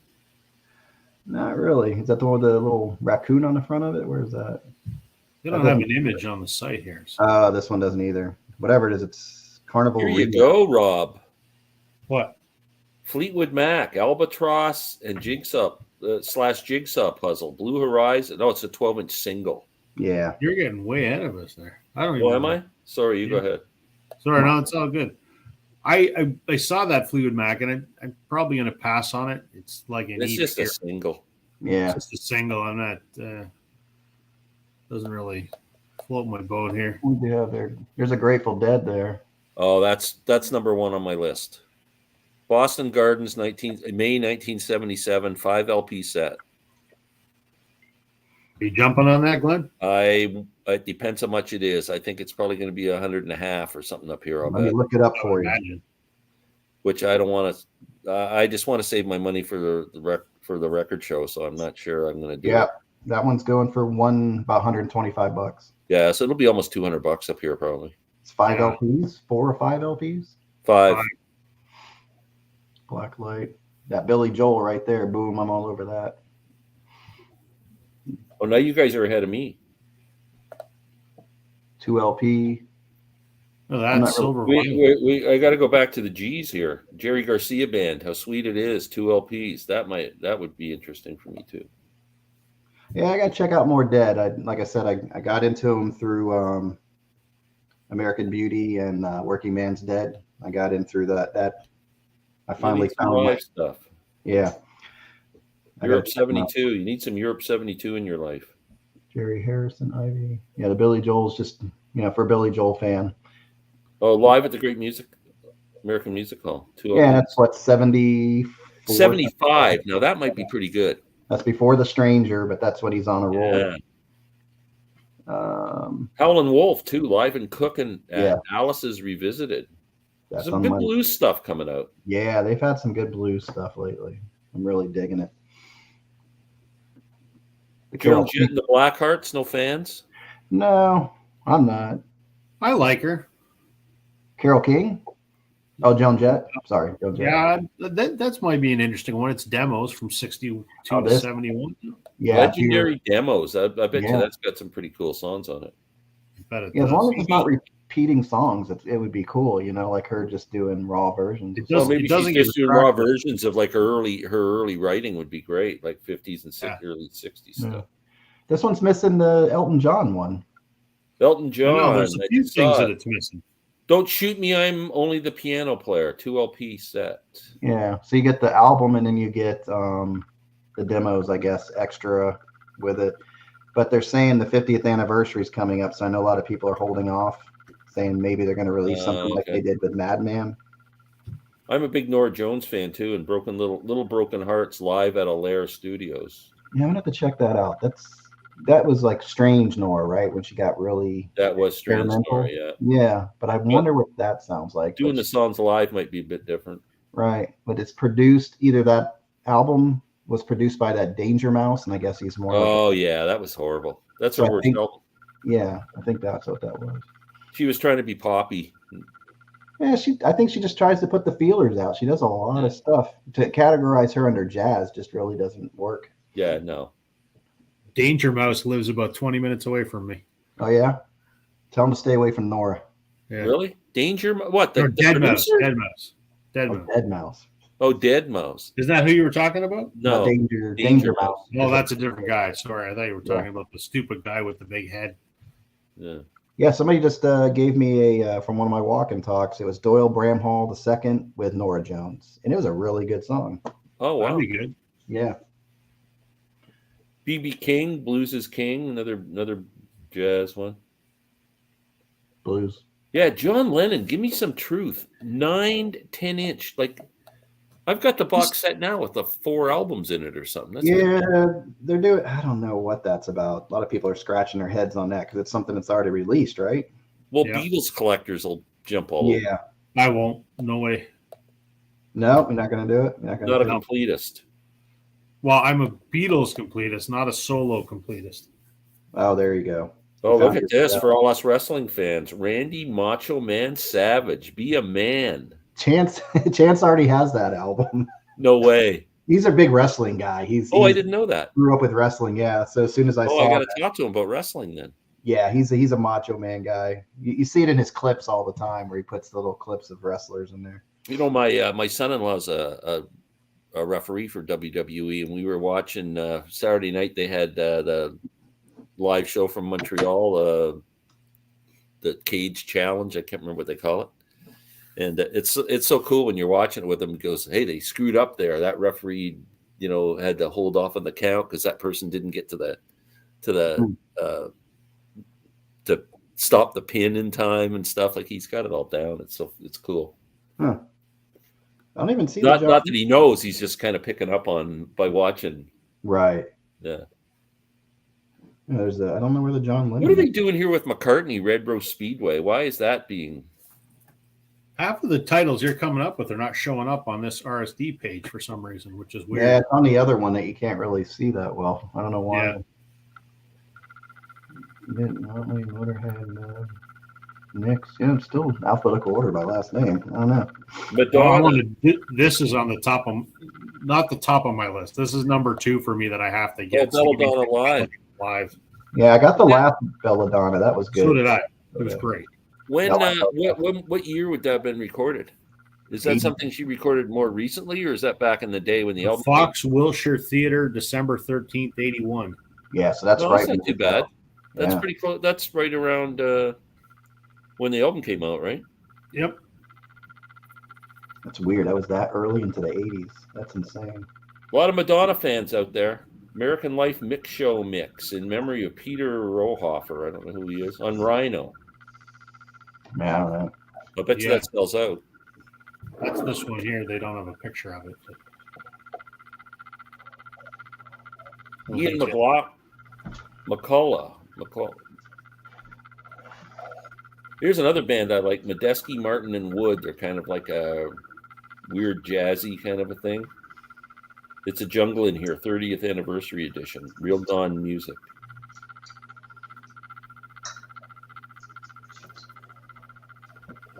Motley Crue for all us metalheads.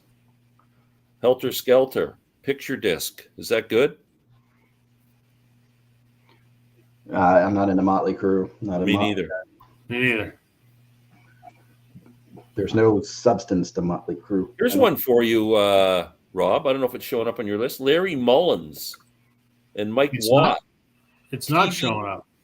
Oh, it's 7-inch vinyl. It's just a single. TVI, it's called. Interesting.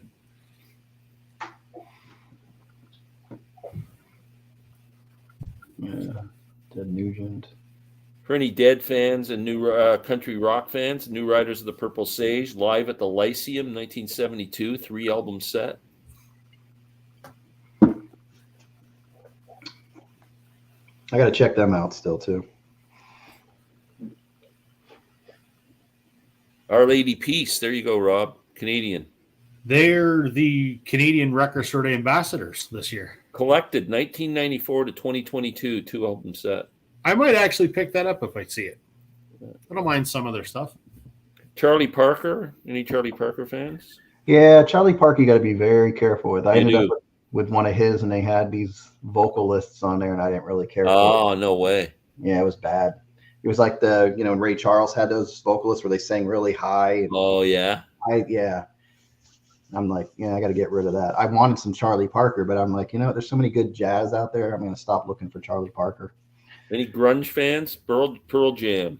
Yeah, this is be a good one too. To play off of Yield, that album Yield. It's a 2 LP. I forgot what the deal was with that. So one of the great albums of last year is a Canadian guy from Toronto called Orville Peck. I don't know if you guys.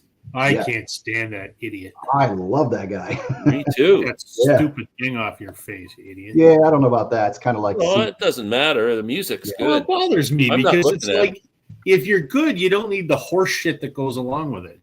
I know, but he is good. That's 2 great albums. Maybe he's shy. Yeah, but take the stupid thing off your face. Yeah, Well, I know, but the records are good. I can't see his face when I'm watching. The horse shit bothers me like the shorts bother you. Oh, here's a rant. If you're good, you don't need all the horse shit. Just play music. He's shy. That's what it is. Stupid. Well, tell us how you really feel. I love it. Do not hold back. Oh, don't get me fired up. Not just him. Everyone that put the crap aside and be a musician. Fuck. I need to get something to be angry about. You both have something. I don't have anything. Yeah, I like when Rob gets mad. That's good. What am I going to be angry about? I need something. I'm going to send you that Bronco album. I want to grab this. Yeah, I thought of you when I saw that one. Absolutely. Take those stupid sunglasses off, Elvis. I can't listen to you when you're wearing those stupid sunglasses. Yeah, man. It's just like wearing beads over your face, dude. He's the king. And that stupid outfit you wear, like just wear a leather jacket and some jeans. God. He never even jumped out of a plane. The king. Doesn't matter. I hope I can find that one. That's number 3 on my list of things I got to pick up. The Pogues. You guys probably figured out B-sides of the Pogues. I'm a Pogues fan. There's a Susie Quattro, too. Wasn't she like a rocker? Elvis Presley, Burn in Love, the RCA rehearsals, 2 LP set. Yeah, I got to get that. The Ramones. There's a lot of Ramones fans out there. Yeah, they're releasing a lot of stuff now. Rich kids. Keith Richards. Keith Richards vintage winos, vinos. Vintage vinos. He usually puts out some pretty good live stuff from those wino shows. Yeah. And the Max Roach, wasn't he with the Hit Factory? So I don't know if this is like a jazz. And Archie Shepp. Both those names sound familiar to me. Yeah, I think Max Roach was at the Hit Factory. Here you go, Rob, another one. You're a Queen fan. Love Queen. Rockabye Baby, lullaby renditions of Queen. What the hell is that? I think I'm all right. The Rolling Stones, Beggar's Banquet. Why is that being reissued? There's nothing to it. Just the vinyl, different colored vinyl to match one of the lyrics in the song or something. That's silly. Gray, black, and blue, and white swirl vinyl as an ode to the swirling mass of gray, blue, and black, white from Salt of the Earth. Yeah. There you go. Well, I mean, if you don't have it, then get it, but I wouldn't. Yeah, exactly. Run out and get it. And Vinyl Richie did a thing, like I like colored vinyl when it's all, it's all one color, but he did this thing where, sometimes they put like a red stripe and then a yellow stripe and a green stripe or something. It's different colors in sections. He says that you can hear it affects the playability of the record when they do it that way. I think that's maybe a pressing thing. It's not all the time. I have tons of splatter vinyl, color vinyl. Yeah, you don't notice. Doesn't seem to affect I never noticed on the splatter, but I do notice on the thing. Ron Beaudry. Hey, Ron. Glenn and Roger. Well, we don't have Roger. We got Rob and we got John. I'll be Roger. I guess I'm Roger. Yeah, we can all be Roger. I'll be nobody. Hi, Glenn and Roger. I guess I'm Roger. Thanks I look like a Roger. Coming by there, Mr. Beaudry. Yeah. Boy, we're getting the heavyweights. Here's another band. I love the Sir Douglas Quintet. You ever listen to these guys? Nope. They had a song called She's About a Mover in the 60s, which was a big hit. I know that song. Okay. And Doug Sahm is the guy's name, who was kind of the big star. He's, I don't know if you call it Tex-Mex and rock, kind of mixed. But they also had a band called the Texas Tornadoes, which was Doug Sahm and Freddie Fender, believe it or not. Freddie Fender. A couple other guys. I saw them live once. They were freaking phenomenal. Now, Freddie Fender's a name I hear all the time. Was he known for his guitar? Well, he was he did. He had some kind of like poppy hits in the 70s. Anyway, Texas Tornadoes live from the Ash Grove, Santa Monica, 1971. That one I would buy if I saw it. Okay, I'll have to write. I'm going to follow your lead on some of these, Glenn. Tardis Rider is Roger. Oh, okay, I got it. He was saying hi to Tardis Roger. Oh, Rider. See, that's how egotistical we are. He's talking about us. Yeah. This might be interesting too. Sly and Robbie, the great drummer and bass player, are Sly and Robbie and the Roots Radix. I bet you that's probably a pretty neat album. Are you interested in that Soul Asylum, Rob? Is that why you pulled out? Absolutely, yeah. I'm kind of intrigued by that. They're unplugged from '93. I'd be all over that. Oh, really? That might be good. Yeah. Another band I love is Sunvolt. I don't know if. Oh yeah, they're great. They got one too. Day of the Doug. It's called. Day of the Doug. Oh, there's your Ringo. No thanks. That's a crappy album, I think. You got one or two Ringos every record store. Freddie Fender was a Hispanic guy. Yes, he was. Always put in the country genre. Yeah. Was he? Yeah, I don't know. I always. Yeah, he kind of was kind of put in that. What kind of hit did he have? Was he 60s, 70s? Is that where his era was? Freddie Fender? Probably 70s, I think the hits were. It's just like, one of those names you hear. Check out the Texas Tornadoes or Sir Douglas Quintet. Or Doug Sahm, SAHM.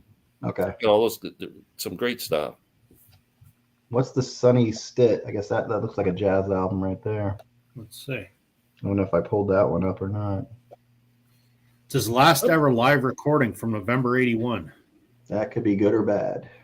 And Bubba's Jazz. How about all these albums that are called Soul Jazz Records Presents? There's like 3 or 4 of them.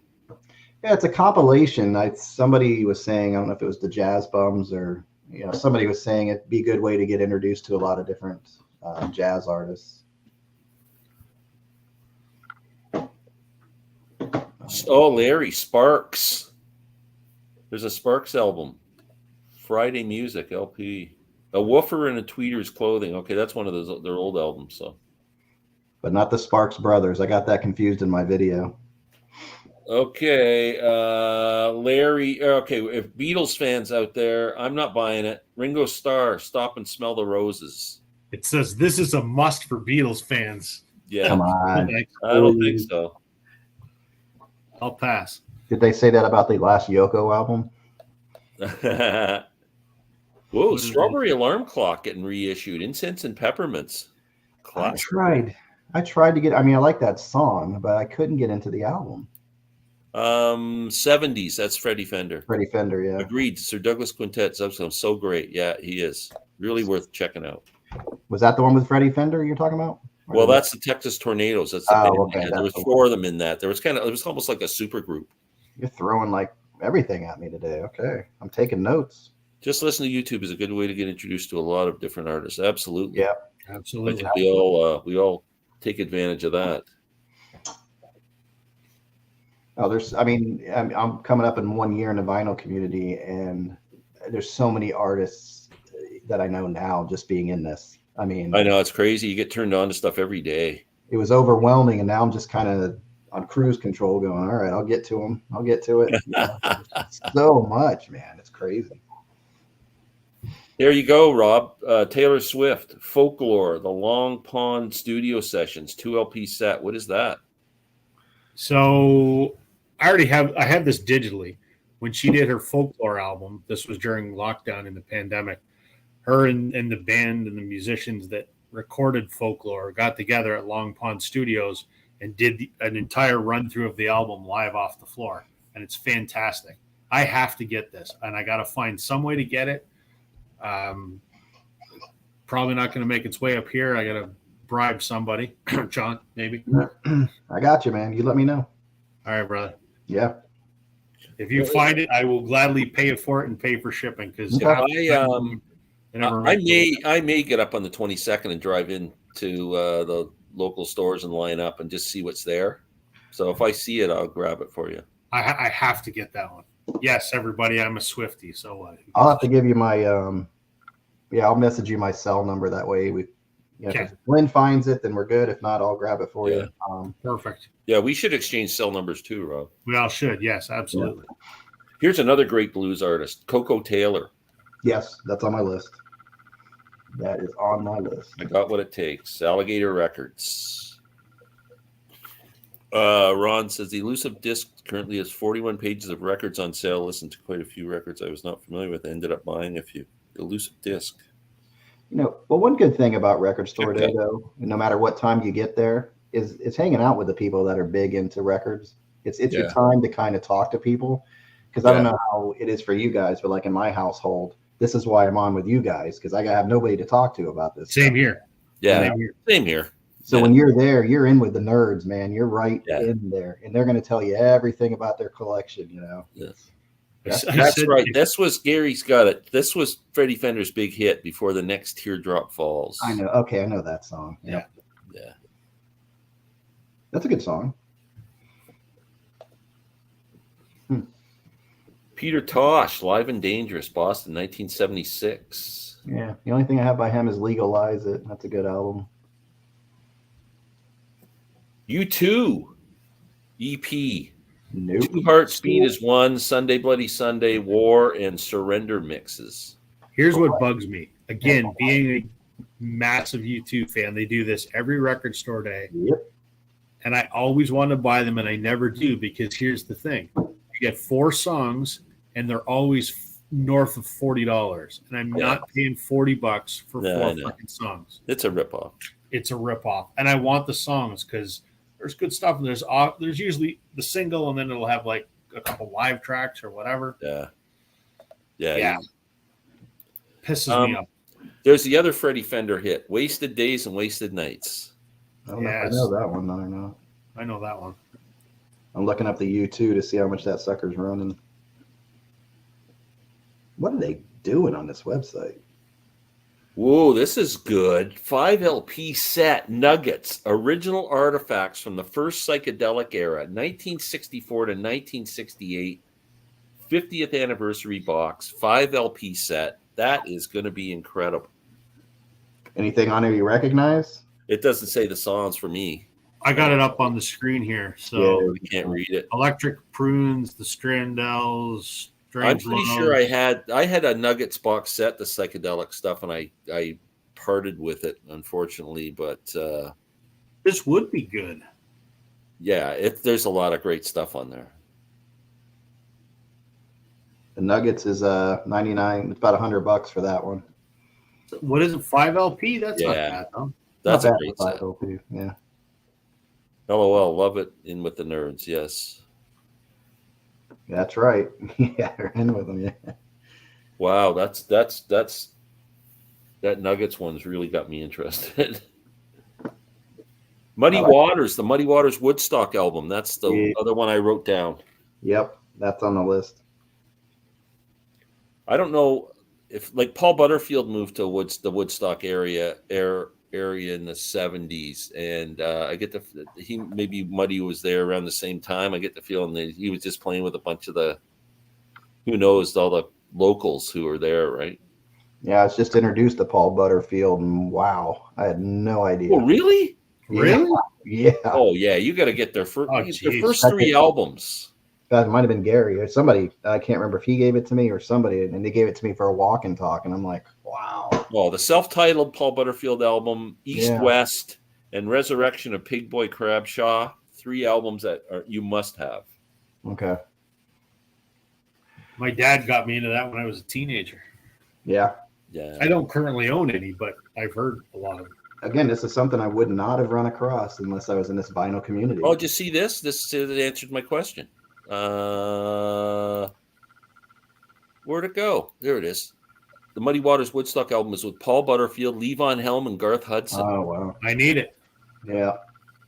I need it. Wow, that's going to be good. I got to grab that. That's on the list, yeah. I might be skipping the record show and going. There's a few here I'm excited about. I might need me too now. I might need to get a second job here to handle this record store day. It says 50th anniversary of your Nugget set, but there's no way the original CD set came out that long ago. No, it didn't. There's no way. I agree. It couldn't have. Unless they start putting those Nuggets out on vinyl back in the 70s. That's got to be what they're talking about. Yeah, that would be that would be a bit of a lie saying it's a 50th anniversary of a CD set. I just bought Neil's Toast and Barn, both newer Neil Young double LPs, 14. That's a great price. I have Barn. I really liked it. I haven't heard Toast. Yeah, for $15. There's a couple artists I saw in Walmart. The artist her new album, it's $40-something at Walmart, and it's one. It's a single album. I'm like, what is the appeal here? I don't understand why she's so much. Who was that? Her. She called Her, and she's really good. Yeah. She's like she really wails on the guitar. She's like a female Prince. But I can't do it because of her stupid friggin' name. Her. Yeah. It's like him with Orville Peck with the right. Her. How good she is. Music. Her. Come on. Her. I could take you seriously. That's how the conversation goes, though. Her, who, her. You know, her. Yeah. No. What? Who's on first? Yeah, Her. No, he's on second. Oh, I like that various artists. Ron has a 2 LP Nuggets. Spinning Gold's telling you how it is. That might violate the no sex policy right there. Maybe. Van Halen live right here, right now. Any Van Halen fans? 4 LP set. Yeah, I'm a Hagar guy. I started getting into, what's his name? The other guy. But David Lee Roth. Yeah, that guy.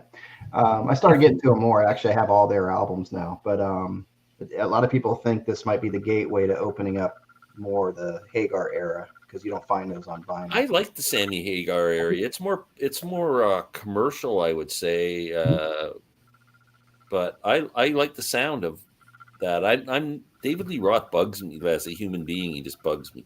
Yeah, it did. But I started listening to the albums, and I was like, okay, I see what they were doing. You know, yeah, I get it. Oh yeah, they're a great band. And if Melinda Murphy's watching, she's going to come through and slap us all in the back of the head. So I think she's more of a David Lee Roth person. I might be interested in the Yes album too, live at Knoxville, but it depends when it was recorded. Is this with the faux John Anderson, or is this the real guy? Well, let's find out. What's the lineup? When was this released? The classic Yes lineup at their peak, right after the release of Close to the Edge.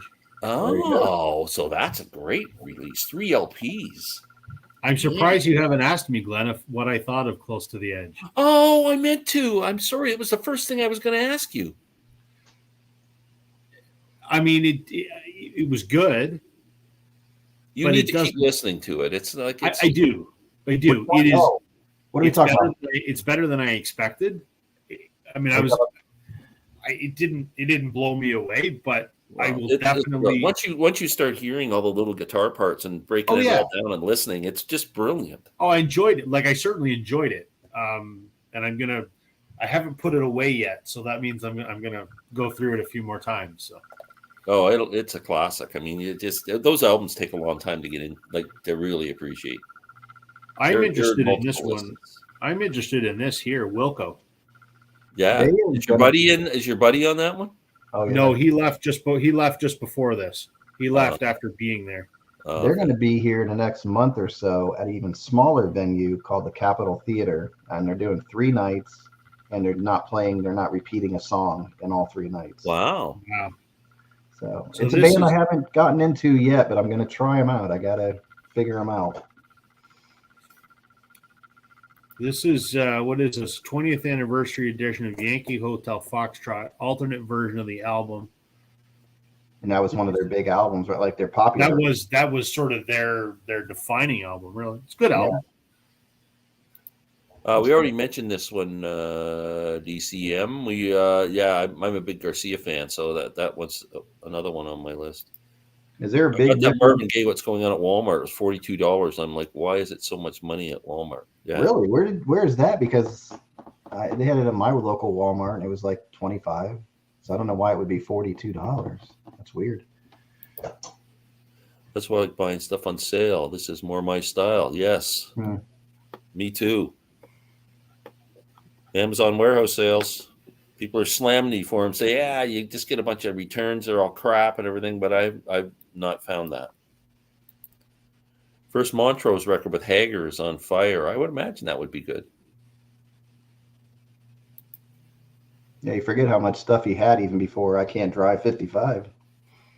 Warren Zevon, The Wind might be good too. I'm a Warren Zevon fan. Yeah, that's got a lot of Springsteen's on that. That was his last that's album. the one he made just before he passed, right when he was dying. Yeah. That's a great song. It always made me sad, so I never really. Oh my God, yeah. Have you heard the Chris Stapleton song, Maggie? No. Oh God. Yeah, forget it. Yeah, I don't need that kind of. If you got to get it out of you, you put that song on. You're like, okay, I'm good. Wow. Yeah, it's about a dog and the whole thing. So. Wow. What else? Anything else on this list? Or are we just about done? Cranberries, no. I had the Elton John, Norah Jones, Coco Taylor, a lot of stuff you were saying. Willie Dixon, Canned Heat. Man, I got a few now. There's that Jerry Garcia record. But You got Maya Hawke there. I see what they did. They split the list up. Glenn was looking at the full list, and this is split up by sort of. Oh yeah, I'm looking at the actual, not the icons, but the written. Who's going to buy Peppa Pig? Everybody should buy Peppa Pig. If I told my kid that was there, he'd want it. There's always like a kids album. There was the one, I don't even know who the guy was, but when it spun around, it had a little guy that was running around the album. Yeah. Sparks. Well, I think we've pretty much gone through it all. Yeah. I think we have. Yeah. Cool. That was good. I'm going to get rid of this. Where'd John go? Add the stream. I'm backstage. I don't know what the hell happened. I'm in the penalty box. I think I double clicked. You got a timeout. Just tell me what you're feeling, Glenn. You don't have to put me in the penalty box.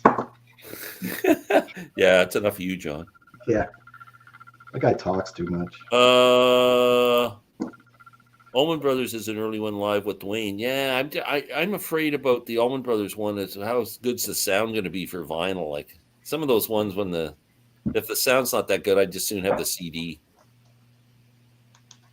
So it's only going to be good if it has a digital step. You know that. Yeah, I agree. Ron, it's going to take more than 45 listens the brilliant. It's a brilliant album. It is. I'm sure it is. The more you listen to it, the more you go, man, listen to that part. Listen to this. It's just there's a lot going on. It's really interesting. It's not what I would normally listen to, but it's out here and it'll get listened to again and again and again. Are you guys talking about Blonde on Blonde? Is that what you're talking about? We're talking about Close to the Edge, yes. Blonde on Blonde's arriving tomorrow, which is I was wondering because I knew that one was coming for you. No, I was you missed it last week when you were at your concert. We were talking that we were bored on the weekend, so the wife and son and I went to this antique market that's half an hour away from where we live, and it's just a whole bunch of different stalls, and a whole bunch of them had records. So we were flipping through, and you buy them for next to nothing. And the first bin that I saw, Closer to the Edge was there, and I know that Glenn loves it, so I'm like, I got to give this a try because if he raves that it's that good, I'm going to take a gamble on it for $8. So right. One of the greatest albums of all time. Top 10. Yeah, I haven't made my way into Yes yet. I have issues with prog. I don't know why. Yeah, it's a tough one for me too. I get how good it is, but it doesn't grab me. I don't know why. Right, and that's exactly how I feel about it. Like I get what they're trying to do, and I get the abstractness of it and all of that. See, I'm more of an instrument guy than I am a vocal guy. Yeah. Like that's what grabs me first is I need like really good musicianship, and I could listen to instrumental music all day long. I don't ever need a vocal. Yeah, and see, I'm more of the lyrics better make sense. Yeah, I know, and I can tell. Like for instance, good example of this is the Dawes records. Like I bought that.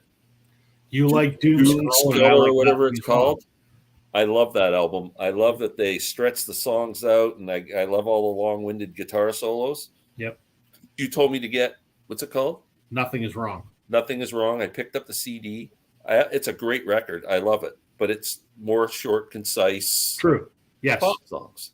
Correct. I would call it. Yeah. And they're really well done. Really good album. I'm glad you recommended it to me. I really like it, but I don't like it nearly as much as I like the other one. There you go. And I know you like that one better. I like it much better. Yeah, and I don't. The other one I can listen to over and over again, and the other one I listened to a couple times. I went, nah, it's. They've got a bunch of records, but the one they did 3 or 4 years ago is kind of a mix of the stuff I like and the stuff you like. It's good too. It's called what the hell is it called? Yeah, it's weird what our minds will wrap around. I've always been a guy who loves like long songs with lots of solos and. Yeah, I think Pink Floyd was my gateway to that kind of to Zappa. What's that one called? This one here is called Good Luck with Whatever, and it came out in 2020. This is a signed copy, and it's kind of a balance of the two. There's half of the songs are kind of crafted, pop rock songs, kind of, and the other half are sort of slower, moodier jam kind of things. Okay, cool. I might check that one out. I really like the band. I think they're fantastic. Yeah. Here's another comment about Close to the Edge. It's complex, but that's also part of what makes it so amazing. Of course it is. Sure. Right. And Gary's big into Hendrix. So it took me a long time to get into Hendrix. I don't know why I had a perception of Hendrix. But then when I started buying the albums, I'm like, what was I doing here? Why didn't I get into him sooner? Wow.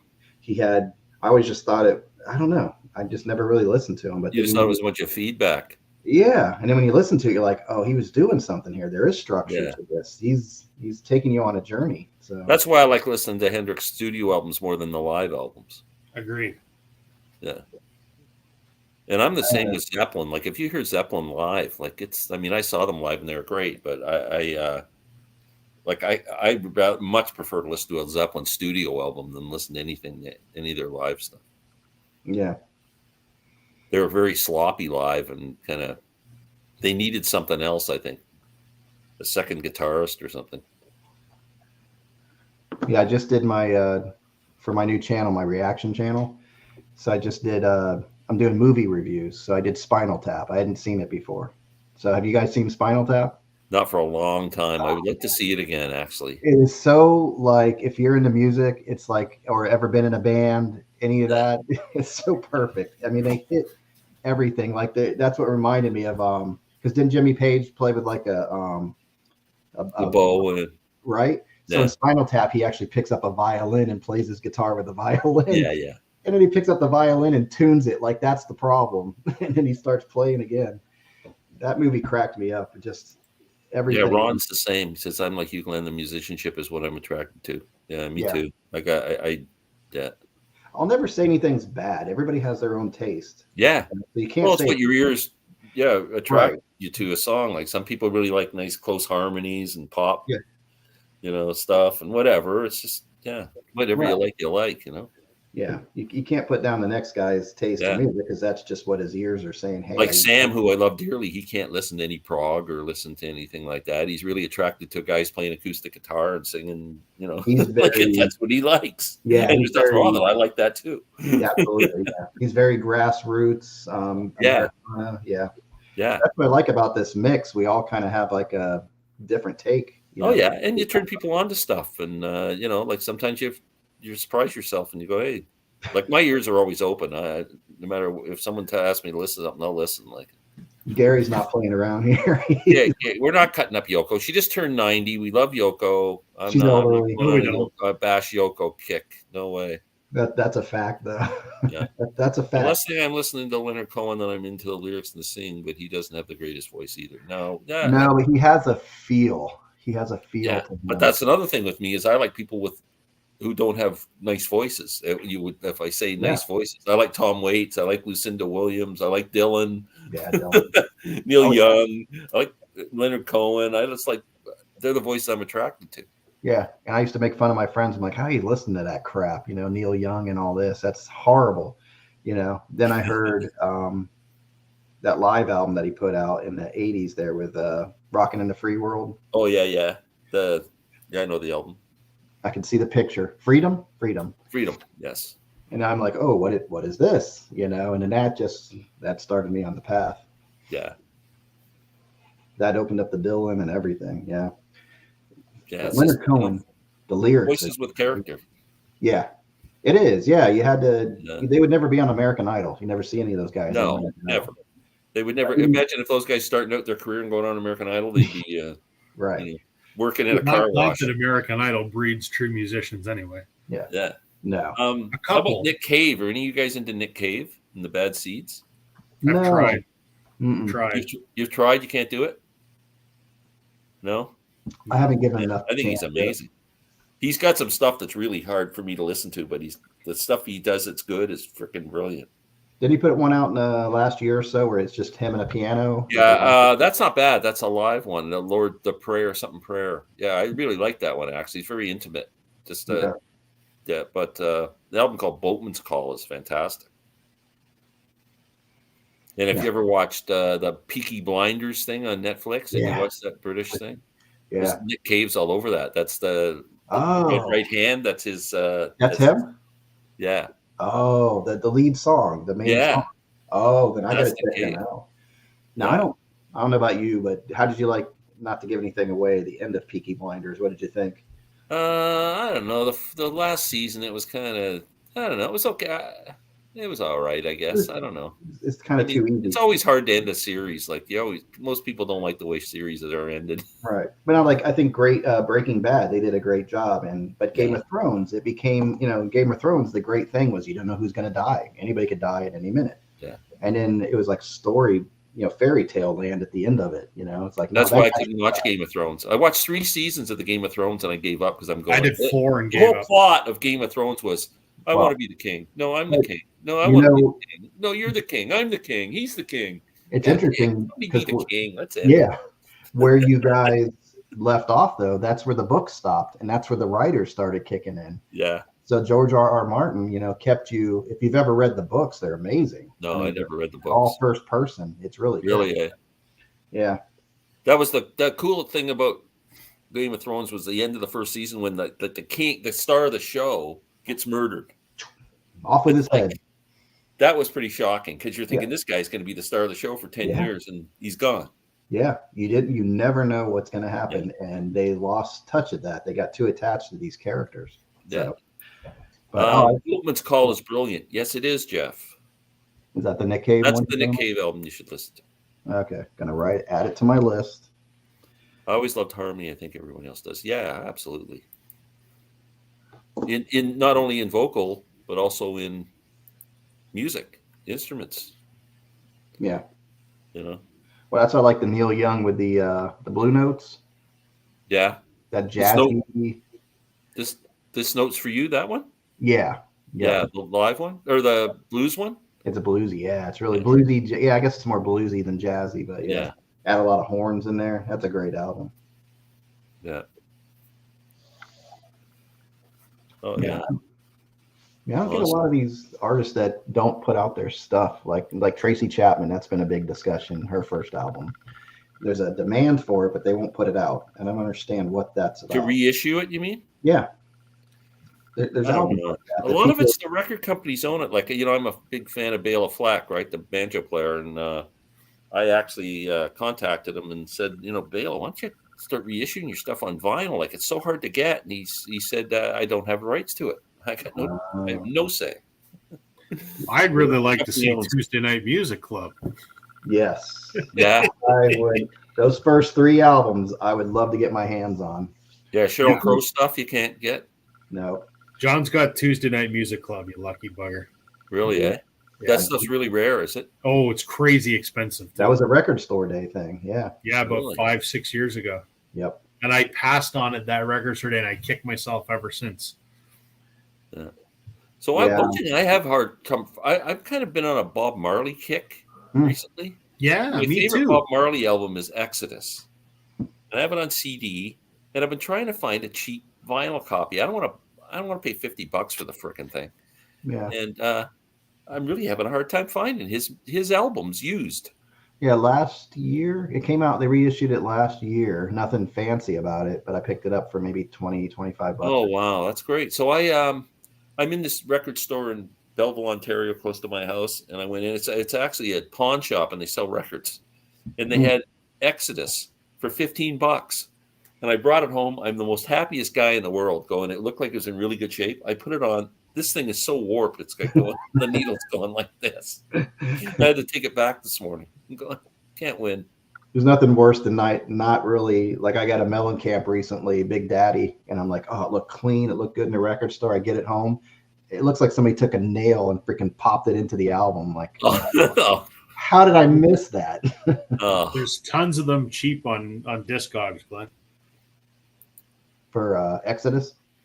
Yeah, if I got to get one out of Discogs Canada, though. I can't. I know. Like you and me, I get it. Shipping, you end up paying the record twice. And I hate buying vinyl on Discogs because I don't trust the condition.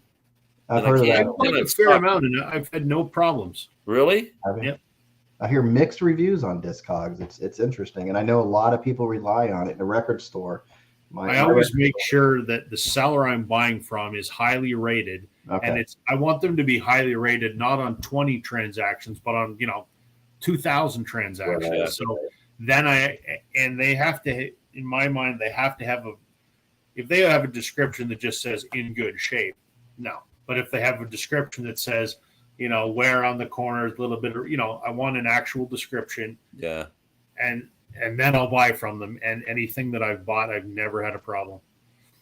And the other thing is, shopping on the internet, it just isn't fun. It's not as fun. It isn't, no. It's not like digging and finding. Like when I went to the store and saw Exodus, like my whole face just lit up. Like, because I've been looking for it for a while. It's the difference. You don't get that looking online. Yeah, like online, you might look through and go, "Oh, there's an album I'm looking for," but you got to get it, But when you're out in the wild and you're looking, and you find something that's on your list, like I have a mental list, right, of probably 20 albums that I'm just dying to find, and when you find one, it's just like, oh yeah, you're holding it, but then you go, all right, then you got to take that record out and go, oh, okay, hopefully it looks good. Oh yeah, well that's why I didn't notice the warp. I can't wait we haven't had a record show. We had one here a couple of years ago, but it was still sort of pandemic time, so I didn't go. I haven't been to a record show. You should drive out to Oshawa on the 30th, man. Well, I'm not going to because the one here is the following weekend. Oh, is it? Yeah. Okay, well, you going to go? Yeah, absolutely. It's like 10 minutes from my house. I think it's first or second week of March. So it's a couple weeks from now. I'm looking forward. I'm just getting in there, and I have a long list of stuff that I'm looking for now. Aside from the new expensive stuff, I'm looking. There's a lot of used, Yeah, I like filling in my collection at record shows if I can pick them up for five. And that's exactly what I'm doing. That's what I'll do. And I don't mind if I find something I'm really looking for and it's $20 or $30, I'll buy it. Like if it's in good shape. But I've been pretty lucky of picking stuff up. Like I picked up a mint copy of Joni Mitchell's Blue album just before the pandemic, I think, for like $10. It was sitting right in the front of the guy's rack, and I go, I've been wanting to buy Blue on vinyl. It was just absolutely mint. It's great when they miss it, right? It's like $10. Thank you. Yeah, and they're like, I was at my favorite record store earlier this week in Oakville, and that's amazing record store, and it's 95% new vinyl. And now they have a used section, and everything in that used section was $5. And I went through there and I found a bunch of stuff. That's great. I picked up a bunch of Linda Ronstadt records, who I just think is the greatest female singer ever. For $5, man, you can fill in your collection and stuff. Yeah. Yeah. That's just gold. Yeah. Jeff is the Guelph show. Yes. Yeah. So there's two, Jeff. There's the shitty one that's the swap sale, which is at the north end of town. That's I think the first week of March. That one sucks. The one that's at the Legion is on the following week. It's like somewhere around like the 12th. That's the good one.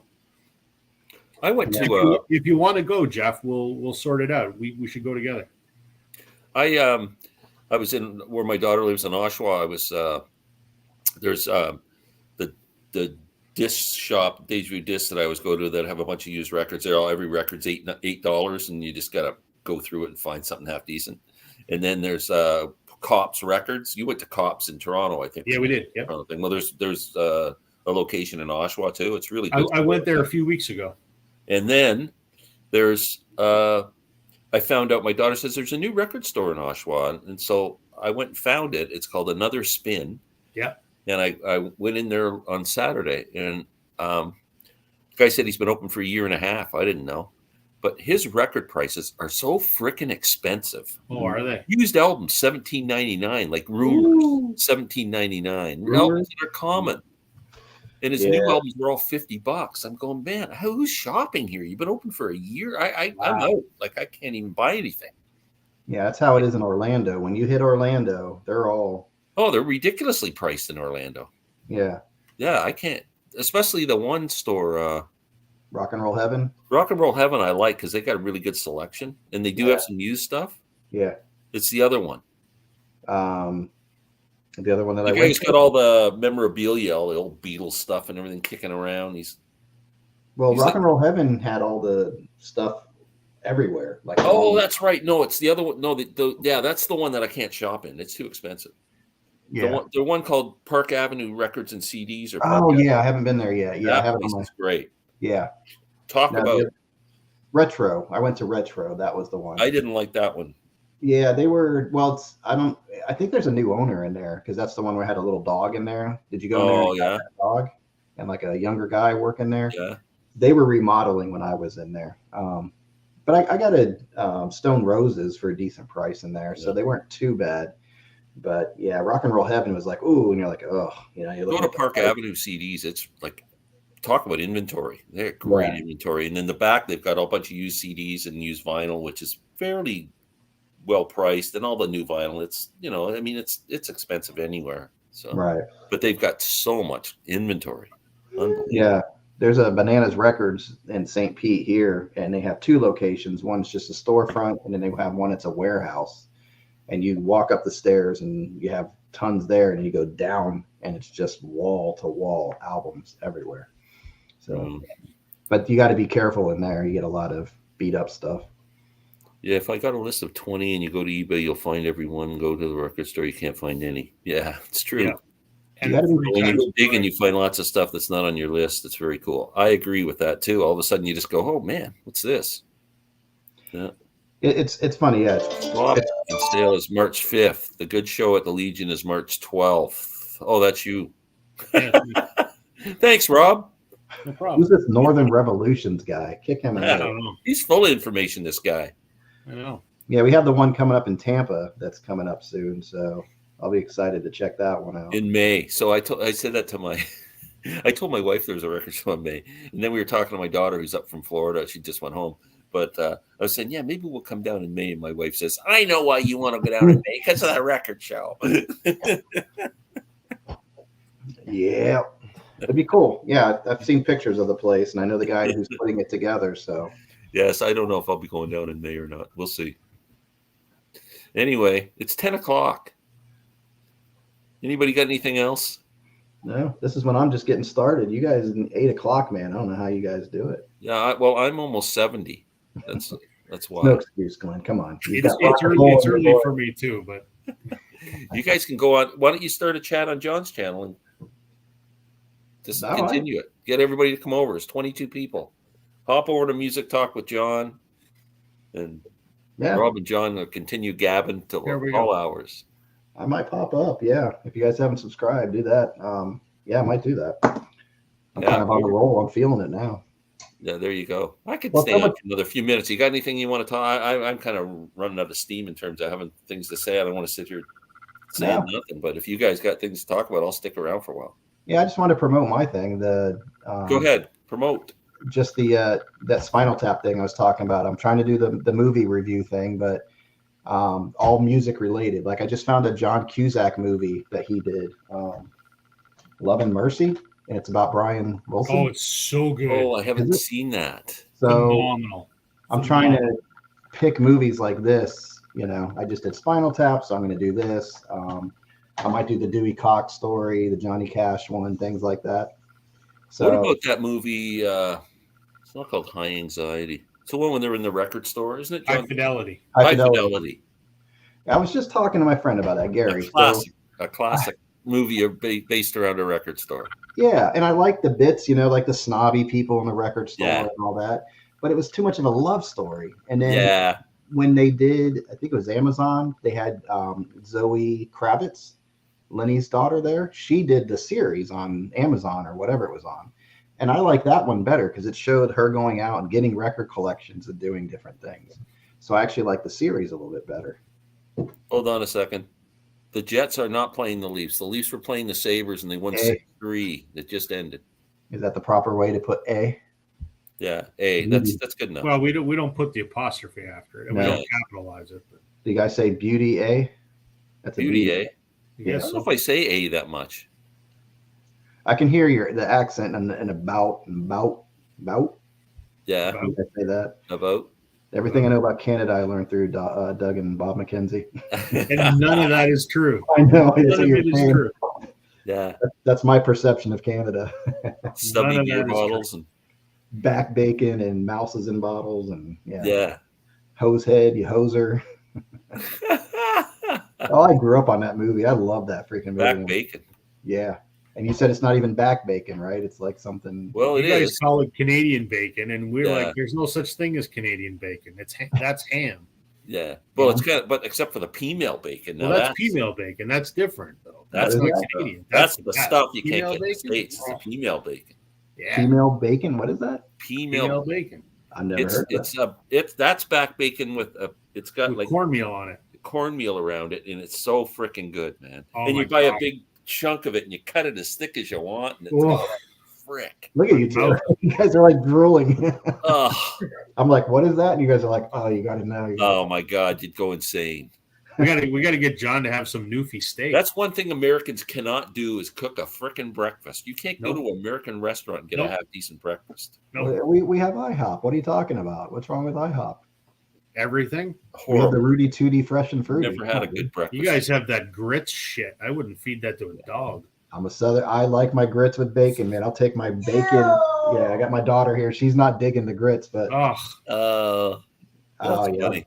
Put the bacon and the egg all up in there. Thanks, Arnie. We always appreciate you coming by, man. He's great. Gary's called me a hoser. Yeah. John is a hoser, right? Hey.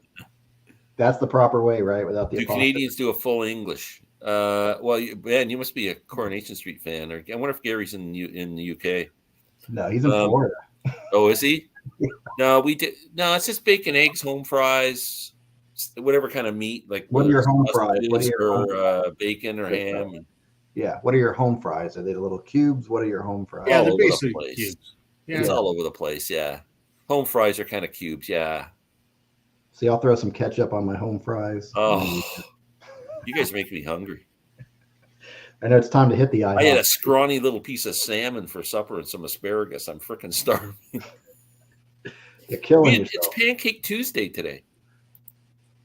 We had pancakes for lunch today. I'm gonna have to have pancakes tomorrow. Why not? Pancakes. No blood sausage. No, that's gross. No, that's the English do some weird shit. Right? The English and their organ food. I can't eat any organ food. What is this poutine thing? Now, this poutine. Poutine is wonderful. I hate poutine. Okay, don't try like that, but it's I've gotten to know a lot of Canadians through YouTube. You know, it seems like everybody I know is Canadian. So, what is this poutine thing? What's going on? So it originated in Quebec, and it's French fries with cheese curds and gravy. I love cheese curds. Oh. We called it squeaky cheese. It is so. I mean, there's many variants of it, but that's what it's: cheese curds and gravy on French fries. I just can't. I can't do the cheese on the fries. Oh, so good. I can't. I'm sure it's good, but I love a good French fry, and that just kind of. If you want a good Canadian delicacy, John, you got to have a Newfie steak. You know what a Newfie steak is, Glenn? It's bologna, isn't it? Fried bologna. It's fried bologna. Yeah, that shit is amazing. My wife will not let me cook it in the house because it stinks. But God damn it, is it good? How about Spam? No. Have you guys ever watched Larry Graves' video when he eats Spam? No. You have to go back and watch it. Just go Google Canadian stud muffin Spam. Yeah, it's what was the funniest video? I have shown it to 100 people who've come to my house. Everybody has tears in their eyes. It's Larry's funniest moment. It's so good. When he's on, he's amazing. I love it. You got to see this video. Canadian stud muffin eat Spam. You'll freaking love it. Yeah. Now, what you put a video out today? You got some vinyl love or whatever. I put it out yesterday. Yeah, Larry gave me his brother-in-law is moving and gave Larry his stereo. Yeah, I brought over like 100 records or so, and Larry knows I'm a bluegrass fan, and this guy's actually a bluegrass guitar player. He plays like flat picking guitar, and he had a ton of bluegrass albums and like all classic ones like Doc Watson and Flatt and Scruggs and I must have got 30 or 40 records. It's just amazing. And there was also some kind of pop, like Stevie Nicks Belladonna. I didn't have that on vinyl. That Hot Tune album that I showed you earlier, I got that. I got a Mississippi John Hurt album. Ooh, that's good. Yeah. Best of Burton Cummings 2-record set. I Yeah, met like, couple of Johnny Cash albums. I had no Johnny Cash on vinyl. yeah, I was watching the beginning of it, and there's a ton of country. It seemed like a lot. I didn't. It was all bluegrass. There was very little country. Oh, Unless you really? consider Chris Christopherson country, I don't. But the only country I got was Johnny Cash and Chris Christopherson. Other than that, it was either pop or a lot of mostly bluegrass stuff. Yeah.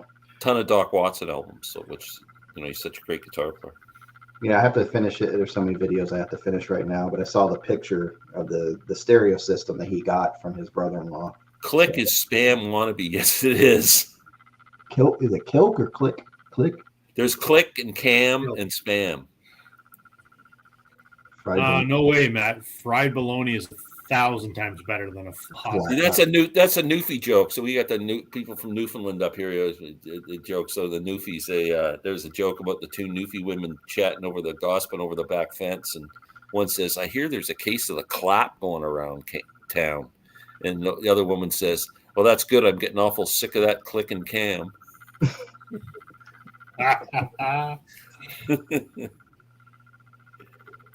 Spam with teriyaki and pineapple and noodles is pretty good. Wow. Ooh.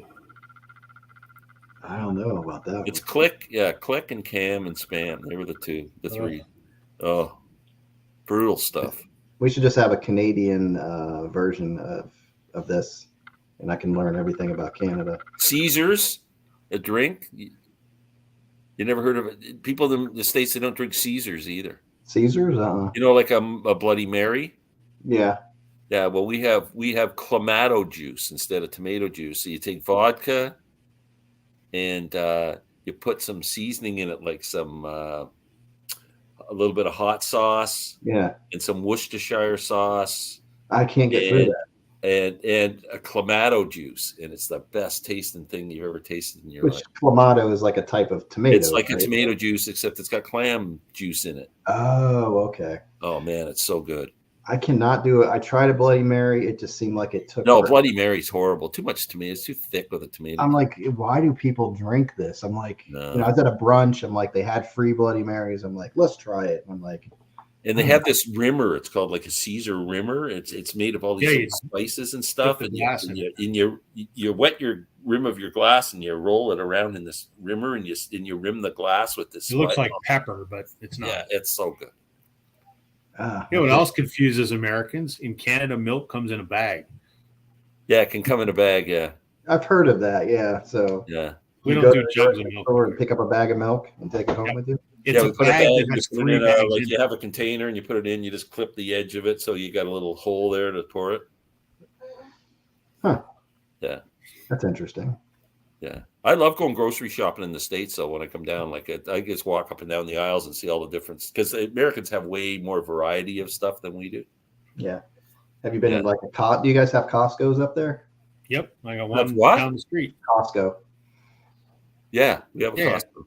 Yeah. So I never go there. I can't spend $300 on giant cans of beefarino. It's like but you got a year's supply right there. That's the thing. I go just because it's the cheapest place to buy toilet paper. Yeah, that's true. And it's like, but then you got to pay $100 a year to have a membership so you can buy cheap toilet paper. It's true.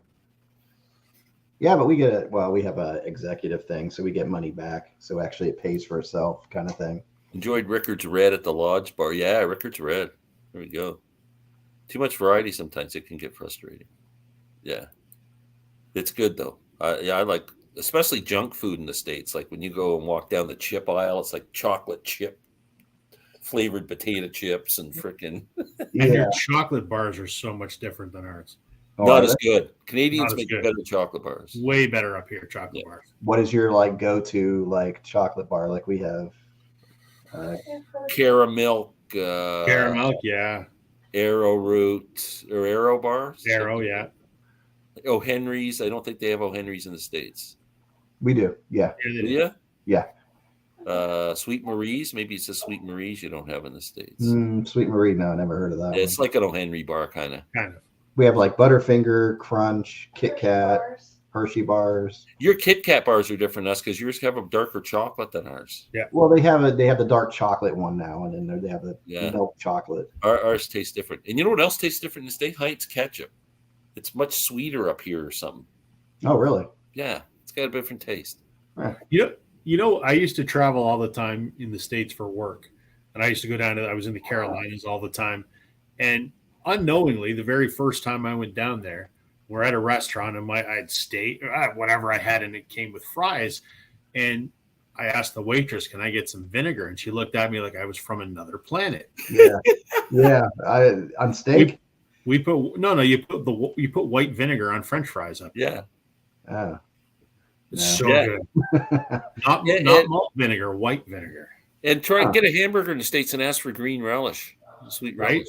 They don't have a clue what you're talking about. Or if you see cheddar cheese, they're like, "What the hell's that?" That's American cheese. Exactly. Cheese here. Yeah. Heck yeah. Havarti cheese. We like the Havarti. Yeah. Havarti's good. Yeah. That's crazy. So I'll put ketchup on my potatoes. And ketchup chips. You'll put vinegar on your fries, though. I got Sam hooked on ketchup chips. We also, you guys don't have all dressed chips down there either. All dressed? No. Yeah, no. It's I don't like like a mixture of every flavor of chip all in one bag. Yeah. Oh. They're trying like a new thing where they're doing pickle flavored chips and they're good. Dill pickle. pickle. We've had that up here since they're good. Yeah, it depends on who's doing it, but sometimes it's a little. Oh, look at this one. There we go. I just saw that. Fries, gravy, and vinegar from Zeller's back in the day. Zeller's was like a cheap department, like a Target. So Zeller's is reopening inside. Yeah, they're opening again. The Bay owns it, and they're going to open them up again. And apparently, they're going to open a couple Zeller's restaurants. Oh, that's hilarious. That just takes me back. Sweet relish is usually for hot dogs, not hamburgers. Yeah, we do like green relish on a hot dog. You got hamburgers too. I go to restaurants in the state. We used to go to Michigan all the time, and they didn't know what relish was. Yeah, that's actually I might try that. I've tried. I do it on a hot dog. I don't know why I wouldn't put it on a hamburger. So. Yeah, that's funny. Yeah. The difference between that's what we need a whole show on, what the difference between Americans, and we'll get John and Sam versus Rob and Glenn. Yeah, Sam that's actually not a bad idea for a topic. Yeah, that's kind of cool. Because we're nothing to do with music, but what the hell? Although the difference is, Rob and I have been to the U.S. and experienced all that. You guys are Americans don't. This is getting really funny, but Americans don't travel well. They stay in the U.S. and they're really they're self-absorbed in the U.S. Everything's about the U.S. It's the greatest place on earth. And the difference is but I mean that's the patriotic kind of. Yeah, I don't. Typical. Right. I've had a problem. America the Beautiful, and I've had a problem with patriotism in the past 4, 5, 6 but years. But it's also we seem to we're more gypsies, I think. But I think part of it too, though, is Americans don't really have a need to come here. Yeah. We very often have. I mean, there's so many Canadians that have to travel down to the States. True. That's true. Business trip or a vacation.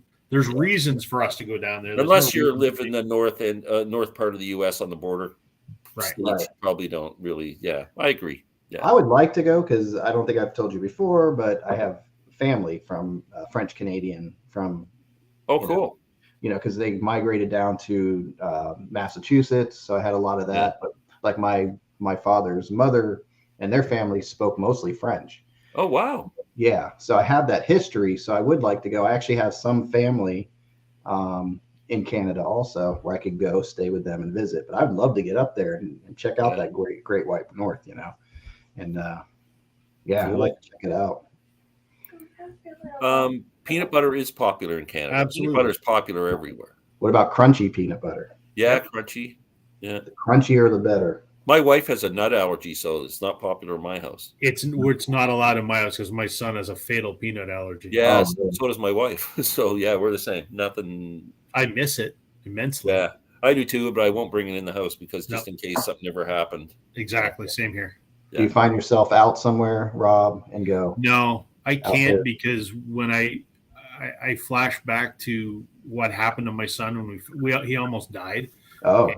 So I won't even eat it myself just because it triggers right.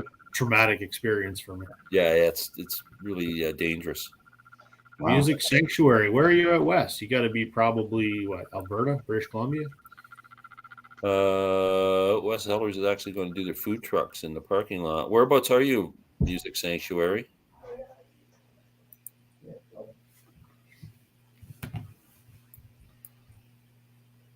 Alberta. Oh yeah. Oh, cool. Whereabouts? I spent 7 years in Alberta. Love Alberta. Me too. I lived all over Alberta. I don't love Edmonton in the middle of February, but No, I lived in Peace River, Alberta, which is 5 hours north of Edmonton. good God. I lived there for years. Your neighbor was Santa Claus then. Yes. Yeah. So what is the biggest 50 difference? below zero was a nice day. Yeah. What do you see the biggest difference, Glenn, when you come down to the States compared to Canada? Is there more open country in Canada? I imagine Canada's more open, trees. Much more open.